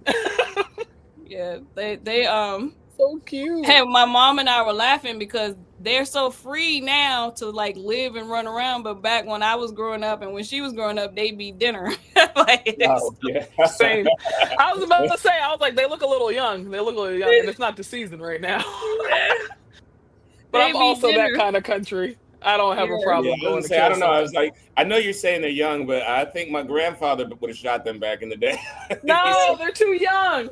I'm just saying. I I'm don't know. too young. You also can't fire in the packs either. But wait. But Sarah, you didn't believe me that I'm a real estate agent. I posted about this today. I said I believe you. But go ahead. I always laugh at the name of the place I went to real estate school. How fake sounding is the Professional School of Business. Doesn't that sound like the fakest fucking place in the world? It doesn't sound like a real place. Oh yeah, I went to the Professional School of Business. Yeah, that's it. Sounds legit. Yeah, sounds like George. That's a George Glass ass school. George. Yeah, I'll sell you a house, I guess. Whatever. Why do you have a real estate license, Chris? Like, how long have you had a real estate license? You just be doing shit since before my son was born. So like, I've had a real estate license for like 20 years. That's crazy. So basically, you're saying is you could go ahead and find us land. Wait, Sarah, you can ask somebody you've spoken to. Ask April. When we first got together, I got her a place because I found her a place because I was in real estate. She was looking for a new place, and I was like, "I'll look for a place for you." And that was my riz at the time. That was how I got that in man there. Had connections. Yeah. Connections, you hear me? Not a real estate license. You are so, Chris, I swear to God, you're the most Trinidadian Capricorn man of like you got 8 jobs. Like that stereotype is real. It's real. He's both a Capricorn and a Trinidadian. I've looked down at my phone a couple times, and it's because I've had not one but 2 jobs say like, "Hey, like, do you think you could?" And I'm like, "Hey, like, I'll see what I can do. I'm doing something." Like, oh my God! I swear on my life. What do you like, Chris? Chris, this is absurd. This is absurd. This is really absurd, and this is why we never record, guys. This is why you don't get new podcast episodes. This is way better because we can commit to this. Committing to Oh, Sarah, you'll never guess what I found the other day. I'm not kidding. Shut up! Don't say that. Don't you tell me that. I have all of them. Go to hell. I have all of them. I don't know what they're talking about. I have no idea. Every single one. I found them. Every single one. So we'll talk about how we'll proceed after that, but I have all of them. They're all on my phone. I have them all. What are we talking about? I have no idea. We recorded, I want to say, like at least 3 or 4 episodes. Like 4 episodes. And I didn't think they recorded, but they did, and I have them. We were stressed, and they kind of demoralized us. We were like, you know what? We need a break. Right. We did one on male loneliness before like the male before it's a thing. We were ahead of the fucking curve on that. Cooking. But it's not even a real thing. Can we talk about That's It's what not a we real talked thing. about. Stop. It's not a real thing. These men are lonely because they're They're assholes bad and they people. don't know how to behave and treat people, and nobody Right. wants to be around them. And if they would go to therapy and do some self-reflection and understand that the reason why people don't want to be around them is because of them, then maybe they can adjust their behavior and somebody will want to spend some time. And it's because they're so deeply individualistic. I'm sorry, I gotta add this in. They're so deeply individualistic. It's so fucked up. It's so annoying. It's like they cannot tolerate any second of discomfort. They don't want to do the annoying things that you have to do to keep in contact and build community with people. Right. Sometimes you want to flake on shit. I get it. I really do. Sometimes you don't have the ability to turn something, you know, you have work to do, you have another obligation, but they can't tolerate discomfort. It's like you see these men, they're getting into relationships, and I hate seeing it, but I see it all the time online.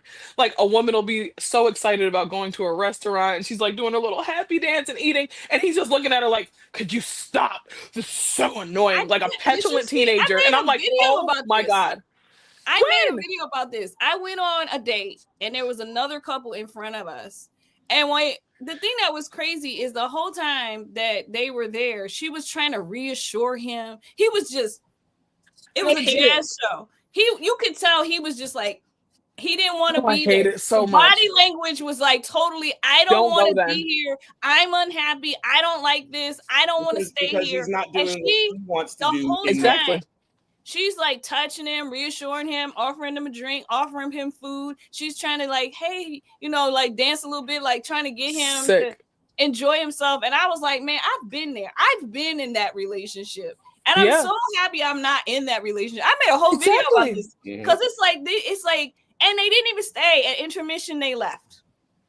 Like she couldn't even have the night out. Because it's just like a punishment. Like they think it's like such a prize to have them that they want to punish you for wanting to have any type of like experience or reciprocation of affection or anything. I was like, that is insane. Do you know how many times I have brought a young lady to a pro wrestling event and she's been completely like engaged, asking questions, wanting to know what's going on because she knows it means something to me. Like you have to reciprocate that as like you have to. What are we even talking about? But I wanted to bring up one thing from our lost episode, Sarah, because I wanted to tell Kai about this. So in the episode, I was talking about this movie that taught me why the male loneliness epidemic doesn't exist. It's called The Lonely Guy. It's from the 80s. It's from like 1984. I found that. I found it too. I watched it. Go ahead. Yeah, it's a great movie. So the thing is that it stars Steve Martin and Charles Grodin. Yeah. Right? Steve Martin is this guy. He has a girlfriend.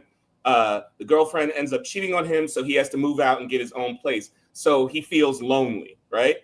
But like within like 2 minutes into him being a lonely guy, he meets this guy Charles Grodin, right? And him and Charles Grodin throughout the rest of the movie hang out like every day.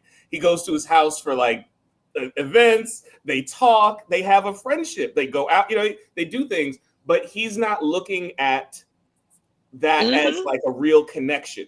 He just wants a woman. And the movie kind of teaches you the wrong lesson because he does get the woman in the end. Right?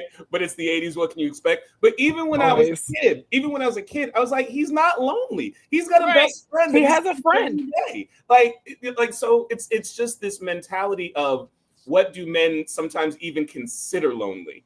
You know what I mean? Yeah. Like if you're like, or like, did you call your buddy to like hang out, or are you like did you ask? Did you call your buddy to ask him how he's doing? How he's feeling? Did you do any of that? No, I have plenty of friends that check on me every day. You know what I mean? And that's because I just called Rob right now. And you check on your friends. You your friends. You know what I mean? Like I have people that I can call that give me nice presents on my birthday. You know what I mean? As it should be, honestly. As it should be. Like if you they just do the work of community, that they would not have like this loneliness epidemic. But that's not what they want. What they want is a woman to do that work for them. They want a woman to do all of that labor, and they don't. They want, like, for when you were just saying about like the woman went to you with the pro wrestling thing. I went to a monster truck rally. Now, never in my life did I ever think I would go to a monster truck. Now that's Caucasian. That's wild. I was a black guy. That is crazy. That's wild. I just want to just What are point you out. doing? And the thing, the way it went down is like, he was like, hey, you think you might want to Oh, go that's to he was a so monster conscious truck about show? it. He was nervous. Right, he was there. He was like, he was like, I don't know. And I in know my how this mind, I was sounds. like, because I've never been asked to a monster truck show. So my brain was like, why not? Like, I've never been one. I don't know what's going to happen. It was like, so we went. And I had a good time because it was not like, I don't know. Like, I even made a video about that because I was like, this is crazy, but it was fun. I had a good time. But like, you know, women, I think women are more likely to try different things and not try to make you miserable. 125%. If you go and look at, and I think we already said this last week, but if you go on my social media and you look at every time I've gone to the Hindu temple, you would think I go with nothing but women and my son, because the two men that don't know each other went with me both times. I was like, hey, let's take a picture. And they're both like, nah, I don't know, man. Like, taking a picture together. like they'll only want to take a group picture. They can't just like take a fucking picture. And they I'm can't like, just take a picture with right. their friends. And I'm not trying to press the issue and make it a fucking weird day. Yeah. But I'm like, it's disappointing because it's like, that's the type of stuff where it's like, But then patriarchy when you doesn't want die, I them to want a have picture fun. of you, Is bro. that what that is? That's really what it Like, is. we can't have fun. Like, you can't just have fun. No, not unless it's a group setting. Like they'll take group pictures in DR on the way to buy some coochie. You know what I'm saying? But Right, they aren't gonna like just take. Y'all can't just have pictures. fun. Like, y'all can't just Right. like, hey, we had a good day. Like, we just taking pictures because we had fun. Because me and my girls, we hang out, we take dumb pictures and be like, woo, all the time. like, all the time. We go to eat, we having a good time. We not lonely because we men doing are stuff. way more self-conscious about that than, well, I'm not even gonna say than you would expect, because I don't think you guys are necessarily that surprised. But it's like, it just seems I've seen it, and I'm like, come on, man, like, you know, it's like, it's all good, like, you know what I mean? Like, you know, masculinity really is like it's a prison. It's a prison of their own design and making and enforcement, but it's definitely still a prison. Like, I just could not imagine caring so much about anything that I would miss the opportunity to have like a picture with my friend of a great time. If I remember it, because I'm bad about taking pictures too, but like it would never be like, no, don't take a picture of me. I went to Six Flags Hurricane Harbor with my friend Reggie, and we've got topless dad bod pictures of us in our bathing suits together. I love it. Adorable. That's what I can't wait to hang out with Reggie again. Like, you know what I'm just like, it's wholesome. Yeah, I have plenty of pictures with my girls in our swimwear. Literally. That's a requirement. Right. That's like, if we're going to anywhere with pool or water is involved and we're in bikinis, we're taking a picture. Of like, course. I don't understand. That's a requirement. You got to take the picture. You have to. It's such a thing because people go and then you don't have anything. People go unexpectedly and then you don't have anything, and you sometimes it's hard to remember things. I want all the memories I can get. And that's why a lot of the community and the friends that I've met online, I'm so eager to meet in real life, because we gotta get together at some point. Oh man, we absolutely will. It's gonna be crazy. Absolutely. We should. I don't know if we need to come that way or you need to come here, or we can meet somewhere cool. I don't know. But we gotta listen, whether we meet or you guys come to my little small apartment and I offer you weed, and Sarah's like, how many times do I have to tell you I don't smoke weed? And I'm like, oh yeah. Yeah, she came over. I was like, you want to smoke? She's like, I've already explained to you. I'm like, listen, I'm not even a judgmental person about it. I don't care about any of it. Like, I don't care what you do. I just don't but know. I've told you this multiple times. I just don't know. Like, I just raw dog life. I don't do any psychotropics anymore. I've been trying to, in all seriousness, like, just cut back on everything. Did you just say you raw dog life? Because it is a raw dog life. Oh yeah, no problem. Raw dog life and other things. Raw dog life. Like, obviously, I'm serious. I'm just like, listen. I gotta have my wits about me. Like, I don't really traffic in nostalgia and escapism right now. Like, I'm too nervous about what's going on. I just raw dog it, and I cope in other ways. I cope by doing this. I get to be in community with my friends, and I love my family. And I had one last night. Oh yeah, I think a glass or something is fine, but I get to like if I smoke, I'm out of it. I'm not doing anything else the rest of the night. Yeah, I'm done. I'm done. Like, I had a glass of wine last night. It was lovely because I think I told y'all, a glass is wonderful. Nothing wrong. I told y'all it's been a rough week. It's been one of them weeks. Like, you just man. So last night it was like, let me go ahead and drink this glass of wine because this is what I want to do right now. And it was lovely. I had a lovely rest after that. But then that's why Absolutely. I'm tired. That's why I was like, I'm moving slow. I'm more of a hard liquor guy, and the problem is like I'll have a nice stiff drink, and one nice stiff drink will turn into 5. So like I'm not like a one glass of wine. Let me just tell you about the older that's you my get, thing the too. So I don't do 40s anything. game, as you evolve into the 40s game. Because I was watching Tracy Ellis Ross's. She has a new show Roku where she's traveling. Great show. I enjoyed it. She's crazy. But she was like, my body can't process alcohol anymore. And I felt that in my soul. Because I used to go out and I would have a little vodka sometimes, a little tequila over here. I would have a little rum on occasion.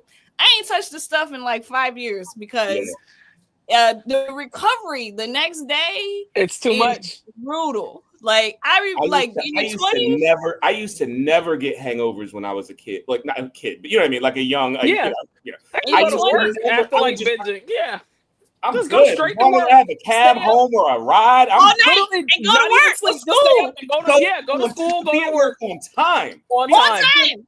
Right. Do the whole day. Literally, and then go back out and leave. Yep. Right. And go back That's out. All it was. And then wild. I think in my 30s, something happened. I was like, man. Now it's like, oh man, I forgot to sleep with my special pillow. This is gonna be painful for 6 days. You're like, oh, I didn't wear my knee brace. Like, right. Jesus. I can't do it. I've just felt a certain pain in my body, and I'm like, is this really it? Like, is this, yeah. You know what I mean? Like my chest got tight like a week or so ago, and I was like, "Oh man, like Chris is not home. I'm here by myself right now. Like, oh shit." This getting old thing is some BS, bro. Like I was can't so drink. mad, bro. I stood up the other day and I said, "Oh my God, my hip." I said, "No." Like so now I just make like super West Indian sounds when I get up. I'll be like, "Oh, Father God, thank you, Jesus." Oh, my God, my hip. Oh. I start crapping. I'll be like, "Yes, thank you, God. I needed that." That's me all the time. I can't drink. I can only drink wine. That's it. That's all I can have. And I do, and I can't drink too much. Like once I pass 2 glasses, that's when my body's like, "So are you sure you would like everything? Everything. Are you considering what will be happening to us tomorrow?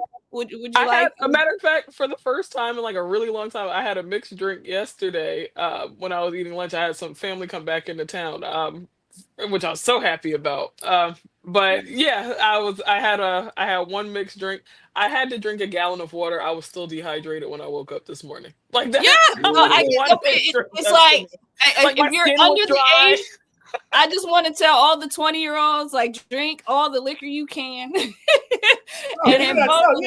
Listen, don't just because I'm like, it's gonna be a day under control. Like, go live, go live your life. Don't. And I feel like I did that. You don't have any excuse. Just call Uber, call a Lyft. Right. I had all the fun. Like I don't regret none of the fun. I had all the fun. Not a second of it. Not a second. I had all the fun. So for me, it's like, I did it. I had fun. I'm okay not doing it now. I feel for the people, those people that didn't want to party and didn't want to drink. And then they grow up and they get divorced and the kids are grown and suddenly they want to be out partying. Now they're like 45. Now they're 45 at the club on a Tuesday. And you're like, what's going on? Right. And they want to do they want to do shots and stuff. It's like, first of all, no, I don't think you should do that. I'll be honest with y'all. You might see me at the club on a Tuesday. You may. I don't know. You'll see me at the lounge on a Tuesday. I can't take clubs. I'm a little too old. I need I'm at the club, but the lounge. You might see me. What I'm saying is, I'm not. The lounge is different. Hey, the lounge is different. I'm just saying, you might see me outside on a Tuesday. As you should. You got a grown child almost. Hey, maybe, but what you don't see is me doing shots on the table, and that's not a vibe. Like that happened, and it's not done. A vibe. Yeah, and then I'm lucky it was in the 90s because there's no picture. And it was nobody. Right. I think the only thing you'll catch me doing in a bar these days is the last thing I did at a bar with my friend Melinda. Shout out to Melinda. Trivia night. Y'all ever do trivia night? Oh, I love a good trivia night. because I'm just so chock full of useless facts. I love it. That's like where like executive function and like mental health should be. Like I just have You're like just random useless trivia. facts just crammed in that shit. Ugh. Every reference that has ever been referenced, I'm just gonna. They'd be like, "What's your special interest?" I'm like, "Everything. I want to know everything about everything." Everything. I love doing that Everything. shit so much. I really. That's the next time you catch me in a bar, I will be having a water or a something along those lines, and but doing some trivia night because I love that shit. And we almost won. We almost won the whole thing, but the way they rig it, we were leading like all of it, like the whole way. They do because the whole competition doesn't matter. I read this book too, Chris. Things losers say. I saw that. Oh, You lost, bro. You lost. You lost. Wait. Chris, them was the rules. Them was the rules when you signed up. The last question is it has all the points. So you them the rules. You do that. It's a one question night then. Right. Yes. And you know what you didn't know when you started? You know what? The answer to that question. I'm gonna tag Melinda because she the answer to that question. Stuff. Melinda, they are slandering us. We almost won. I'm not. Them's the rules. It's not slander. Hey, listen. They the rules. If you had been behind and answered the question and won, you'd be like, we won. We won. We got it on that last question. It's like we got it on the last question. We got off on a technicality. It's like, the rules. No. Those are the rules. Those are the rules. We got the rules. Been the rules. They was the rules last week. They were the rules. And the week before last. The one last those were the rules. Those were the rules. Now you can't be mad because you lost based on the rules. That's what I'm saying. You gotta listen, you gotta take your L's. Take your lumps. What if the last question or what if the last thing for the whole thing is a chitlin sucking? And if you know it, then you suck the chitlin. Then you suck the chitlin. It's up on you. What if the last thing is never? What if the last thing is then you win. It is what it is. People here. Do you know where did you all come from? I'm so glad I built community. Community.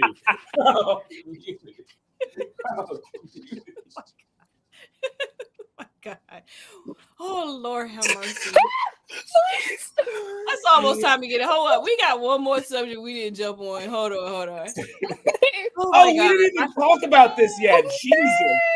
I forgot. How do we forget Meg? Look at her. Okay, first of all, I love Meg the Stallion. I love her music. Up and down. Love her. I love her. I'm like so happy for her. I'm so proud. And I hope. Big fan. She's an amazing girl. I like their little couple videos, their little workout video, their little golfing video. Like they're cute. This is young love. I think it's cute. I wish them the best. Yeah.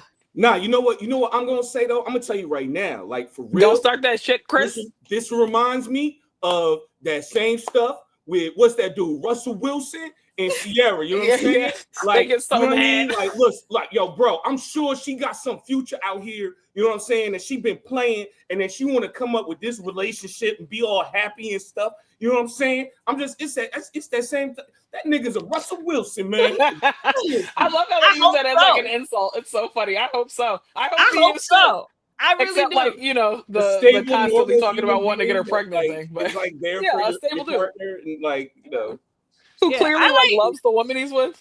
Right. I think they're cute. I think I don't know these people. These are complete strangers to me. I wish them the best. I don't know what's going on in their real life. I don't know if but I think it's cute. I like to see the pictures. True. But the forward facing presence is I'm a big fan. You know what I mean? Like I'm all for it. I'm all in. They post. I'm like, oh, look at them. They're so cute. They're so cute. Adorable. I love it. Adorable. I think men hate Meg and the Stallion. Well, one because DJ Academics tells them to, and they're not leaders in their own right. But DJ Academics, that horrible. You must mean Jerry. Jerry from Tom and Jerry. Yeah, Jerry the Mouse. Jerry the Mouse. That really was iconic. That was the most iconic. She was like, you look like somebody. She's like, you remind me of something. Remind me of somebody. You said breakfast. Like cartoons. That troll. Sometimes I just watch that video. Erica she's kind of amazing for that. She has other things I'm questionable Right. about, but Like Erica is a whole that different and her story. music is not one of them. But Her music's that clip incredible. that gets me every time. She's like, "You remind me of somebody." And he does look like Jerry. He looks exactly like his Jerry. face when she said it, and then somebody made a video where they put Jerry The next side to by him. side, bruh, My God, I lost it. I was like, "You do." He was pretty upset about that too. He's so mad about it. He's a horrible mad. person though. Like academics, just somebody who's gotten like off of like the pain and suffering of people, an accused rapist. You know what I'm saying? Like I don't even know who he is. I'm gonna be honest with you. I don't he cut know. his teeth getting famous on covering Chicago gangland stuff, like modern day Chicago gangland stuff. Despite him not being from Chicago, despite him not being a part of those communities, he was literally exploiting gang stories online and got famous from that. He's actually a bad person and like helped stoke those fires. It's wild. Like he kept popping up. I was like, "Who is this dude?" Like you know how a bad person. Like you know how like these dudes get popular, and I'm just like, "How did you get here?" Like, I don't you. Who are you? And I get it. They could be like, "Well, who are you?" And I wouldn't care because I'm not pressed about it. But it kind of shows you like, I'm like anything that has almost an exclusively male audience is like whack. Like, you know, and that's academics, like super whack guy. But like I think he particularly like hates Meg Thee Stallion, and people in that vein hate Meg Thee Stallion because like she's never been date public. Megan Thee Stallion. Like he's not attractive, he's not tall, he's not smart. Like there's nothing. I think that's a big part of why a lot of guys don't like Megan Thee Stallion, because she's tall and they're intimidated. She's tall and she's I think nothing that you guys have said so far is wrong, but I think just like on a visceral level, there are some guys that are just like as a tall, I understand. As a tall, I understand. Tall and fine is intimidating to men, and I just have to say that outright. Like for me, remember I was saying earlier in one of the streams we did, like these dudes that talk so much shit online about women, when you see them in person, they're silent. They have nothing to say to you. Nothing at all to say. They stare in the corner. They see you in the corner, and in the corner's like when they're like, I've never heard anybody. I've never been asked, "What do you bring to the table?" Right, they're in the corners. They never you been get asked this. in my You get life. this stare. Like they're in the corners. They see you out, and they're in the staring corners. at you. I've had that happen, and then later on, like through other means, like they'll find me on like social media. Like they'll find my old Insta. I saw you Facebook. at such and such. I saw you. Yeah, I saw you there. I was like, okay. I don't even respond. Okay. I wish I would have known that we were going to have this conversation, because I would have had some screenshots ready. Because I can't tell you how many times I've seen in these like pro Kevin Samuel Manosphere groups a post where a guy will literally just like post a picture of a woman minding her fucking business and like have a whole story in his head. Like, so I was out here at I've experienced that. And I saw this female, and I was gonna go over there, but she had this look on her face, like she was stuck up and blah blah blah blah blah blah blah. And it's usually a pretty girl, and I'm like, we should do this, but this phenomenon I have experienced for men I actually know, that men have this fantasy in their mind that they think is happening, and they get upset about whatever that is. I've actually had this happen. I was in a whole relationship. I was out in my relationship. People knew who I was with. And I was out one night, and it's a guy that I wasn't even a friend, acquaintance. We had never been on a date. We had never spoken on the phone. We just knew each other because we were in the same circle. Just knew each other. And he got, like, I came to an event with another guy, but it wasn't a date. It was an industry thing, because this is when I was living in Atlanta. So it's an industry thing. Y'all know what I'm talking about. You show up with people, you hang out with people. None of this sounds so crazy. I get there, and he's like, all his attitude, like it was weird, static coming from him when I spoke. He's rolling his eyes and he's doing all this, and I'm like, what the hell's going on? So I finally get to the point where I'm talking to him, and he's like, I don't play these games. Excuse me? What? Who are you? What are you talking about? What games? I don't know what was going through his mind, but in his mind, I was like, I don't know what you're talking about. We don't date. Like, I don't know what you're saying. I'm in a relationship. Like, what are you talking about? This man had a whole fantasy, like we were flirting or something. Insane. And so, I've experienced that more than once with men, so I've come to the conclusion that there are men Absolutely. who are living in a fantasy world. They have a fantasy going about a certain woman, and when she They doesn't do. meet that fantasy, they get very angry and they lash out at They her do. And then because they're punishing you for their idea of you, and I'm like, I don't know what's happening here. yeah. Like I'm Like I said, that's happened to me more than once, and I'm like, okay, men are crazy because yeah, that didn't happen. Can and And it's not, dangerous. can I talk about something a little nerdy for a second that I think yeah. like so I actually posted about this the other day because it was an episode of Star Trek: The Next Generation that I remembered growing up, and it seemed weird at the time. I'm not going to sit here and be like, oh, and I knew, and I am the smartest, but like it did kind of. It seemed like it was teaching me a lesson, is what I'm saying. So there's this episode where LeVar Burton on the show, Geordie LaForge, he's like kind of like the tech guy, whatever, and they have a problem, Mhm. and they have a problem with the engine. So I know exactly what episode you about to, because you know Right. I'm a Star Trek person. God, so Next Generation's so good. he uses Sorry. the computer to create an AI version of the woman The who designer. invented the engine. Right. So as they're working and as they're like working on the problem, they start to fall in love. But really what it is what's kind of happening with people who interact with Chat GPT now. And it's just literally giving you feedback of like what you are putting into it. It's not a person. So then like a few episodes later, he meets the real woman and he's like what the fuck, nigga? I thought we was in love. Like, Right. she's like, why? I'm Who married. are you? What you talking about? so like you were having sex with a robot? Like, what's the It's matter? wild. Like, why would you do that? Man, like I'm watching this when I'm like 5, and I'm like, oh shit, okay. I really hurt my feelings. He said I'm like 5. That was like, oh, okay.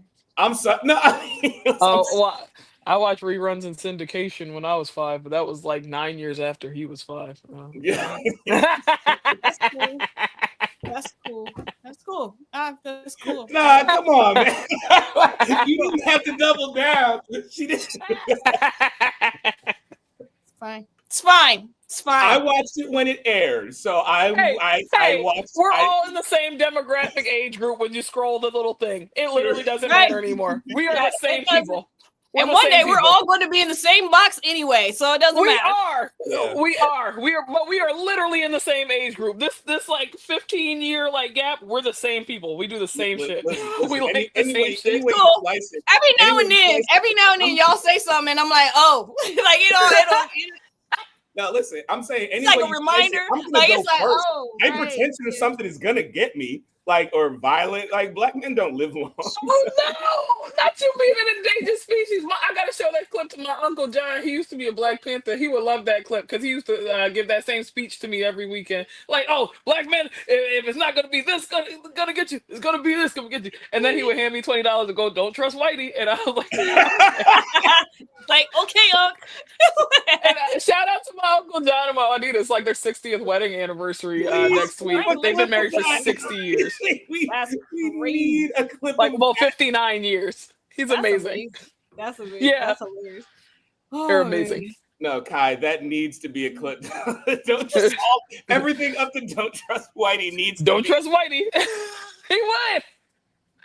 He was like, no, he would hit me with the Farrakhan. Hey, he was like, well, the white man is not a man. He's a kind of man. Like, yeah. you gotta let them climb out of the racism hole. And then people wonder why I'm like extremely militant. I had my like my light-skinned, blue-eyed Black Panther uncle. The stereotype is so real. It's so real. I mean, if anybody watching this show, me and you, we just too light-skinned in it, as they say, and we just as militant as we want to be. I'm sorry, that stereotype is real. You know why? Because we had to fight the white people, and we had to fight for the blackness that we have. Like, we just like, nah, you ain't gonna deny this. We in this, right. We are in this battle. No, you know what? And you had to fight white people for the blackness that you had, because that's the truth about it. It's like they would try to war on two fronts.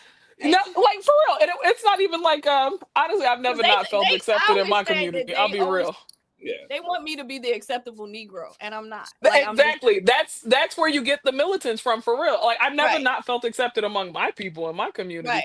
It's really like them wanting you, like people looking at me and phenotypically thinking that it's something that is not. Yeah, they want to feel comfortable around you, so they want you to downplay your blackness, so you're And the I can't do acceptable it. Negro. And that I've never been that. In fact, I've had Can't do more it. than one white person say that I was the blackest black woman they've ever met. And I always thought that was hilarious. Thing. Because it was, I don't come with the thing. I think this is a survival technique a lot of black people have, especially if they grow up in white spaces. They don't try to make white people uncomfortable. Because I grew up in a black space, my childhood was in a black space, and I did not spend time around white people in my developmental years in my youth. When I moved to a white space, I didn't have the defense mechanism to make them feel comfortable. So I have been making white people uncomfortable with racism for a very long time. So that that throws white people off when you're comfortable in your blackness and you don't care about their comfort, which a lot of black people do, because when you make white people uncomfortable, it can become dangerous. I get why black people do it. I'm not for sure. Black people for doing it's it. Survival. But everything we do is for survival. Right. It's but survival. If you don't grow up with that, and you're suddenly in a white space, and they're like used to black people making them comfortable, and suddenly this black person makes them uncomfortable, then they're like, whoa, like what is this? Seriously. Yeah. I never grew up not seeing like a white person who wasn't like a Puerto Rican or, or an Italian, you know what I'm saying? Like a white Puerto Rican or a white Italian for like the majority of my early childhood, because like, there was the government divestment after the Newark riots meant white flight. White. Yeah, there was not a black. There was not a white person in sight. Like not. So I was like, there's hardly any Jews. There's like nobody. Like they gentrified DC, and the white people are back. Like now, when right now. Up, if the white neighborhoods had white people, but the black neighborhoods did not. And if you saw a white person in your neighborhood, you were like, what are you doing here? Are you lost? Right. Like, are you lost? You are clearly in the wrong place. You know what? Seeing white people was like when I was growing up in the Vailsburg section of Newark. It reminds me. When I was little, like when I was 5, watching the movie. Anyway, that doesn't matter.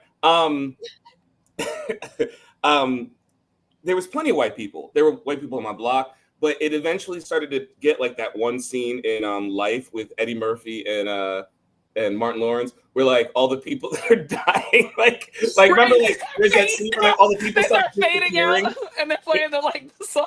Yeah, like they're playing and like a guy's playing baseball and then he just disappears. That's how it felt. That's how it felt. Like, it was like one by one. So like by the time I was like 16, only ones I knew were cops. Seriously, the only white guys I knew were cops, and they certainly didn't live in the area. That's the only white people I would ever see. Like I never saw them. It's just wild how that works, though. It really is. Like when you grow up in like primarily black spaces, and then you have to like navigate a white world, and you don't have it. That instinct is not there. Yeah. I developed it earlier. I developed it because moving to like the South and the suburbs, it's a completely different cultural dynamic. Like it really is. I've never developed it, and it's to me, I've noticed. I love that for you. That's so black. I love that. I love that. Yeah, and it can be jarring for people, and I can see their shock. Like I've done things to people, or I won't say done. I've said things that upset people, and then I'm like, all right, well. Good luck with that. Like that's how I feel. Have fun. Sit in that discomfort. Grow from that discomfort. Right. I don't know that what you want me to do. You need that so that you can see. You need that. Be a better person now. Yeah. My whole thing is you're not going to make me uncomfortable. You're not going to make me uncomfortable. Period. I'm going to be comfortable. Now, if somebody got to be uncomfortable, it's going to be you. It's not going to be. And between me and you, it's going to be you. It's gonna be that's all it is, and that's not something a lot of white people. And I like if you're white and watching, you got to understand that the world has made you comfortable, and it's time for you to feel uncomfortable. You just need to feel uncomfortable right now because there's a lot of uncomfortable stuff happening to people who don't look like you. And if you're comfortable while that stuff is happening, there's something's wrong with you. Like that's how I feel right now. Like this is not the time to feel comfortable. So white people, if you're comfortable, you're doing something wrong. You need to feel uncomfortable. I think that's a beautiful last word, Kai. Honestly. Well, if it was gonna be the last word, because I was gonna say I have to go in like 10 minutes to go make money. Yeah, so, I'm about to say, like I was getting ready to put your stuff up so that speaking of stuff that I'm doing. Right. So you can. I'm very excited. you can talk about your socials and everything because we're at the end. There we go. We'll look for Sara though. All right, so Canvas Comedy, August 3rd, 2025. Doors open at 6 p.m. There's going to be comedy by yours truly, Chris Taliaferro. It's at New Heat Studios in Brooklyn, New York. You scan the QR code, you get a ticket. Whoop, whoop. It's going to be a good time. It's going to be painting and weed and funny people. Sara, really? It's going to be a little bit of this, a little bit of that. Community.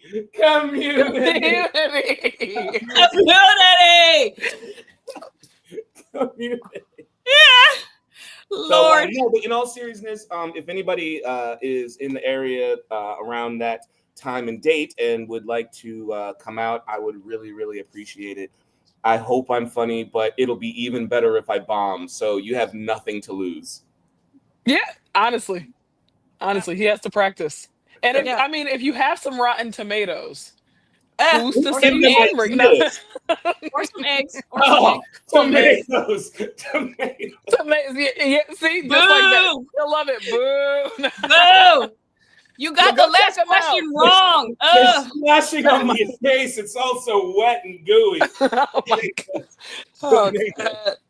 We're gonna get taken down, aren't we? We're gonna get taken down. Are we? I don't know. I don't think. The thing is, I don't think the juice inside of tomatoes is like that close to the juice that I would make out of my body. So like, I don't think it's that bad for me to say like my face is wet and sticky because it's clearly just tomatoes and not the other type of fluid.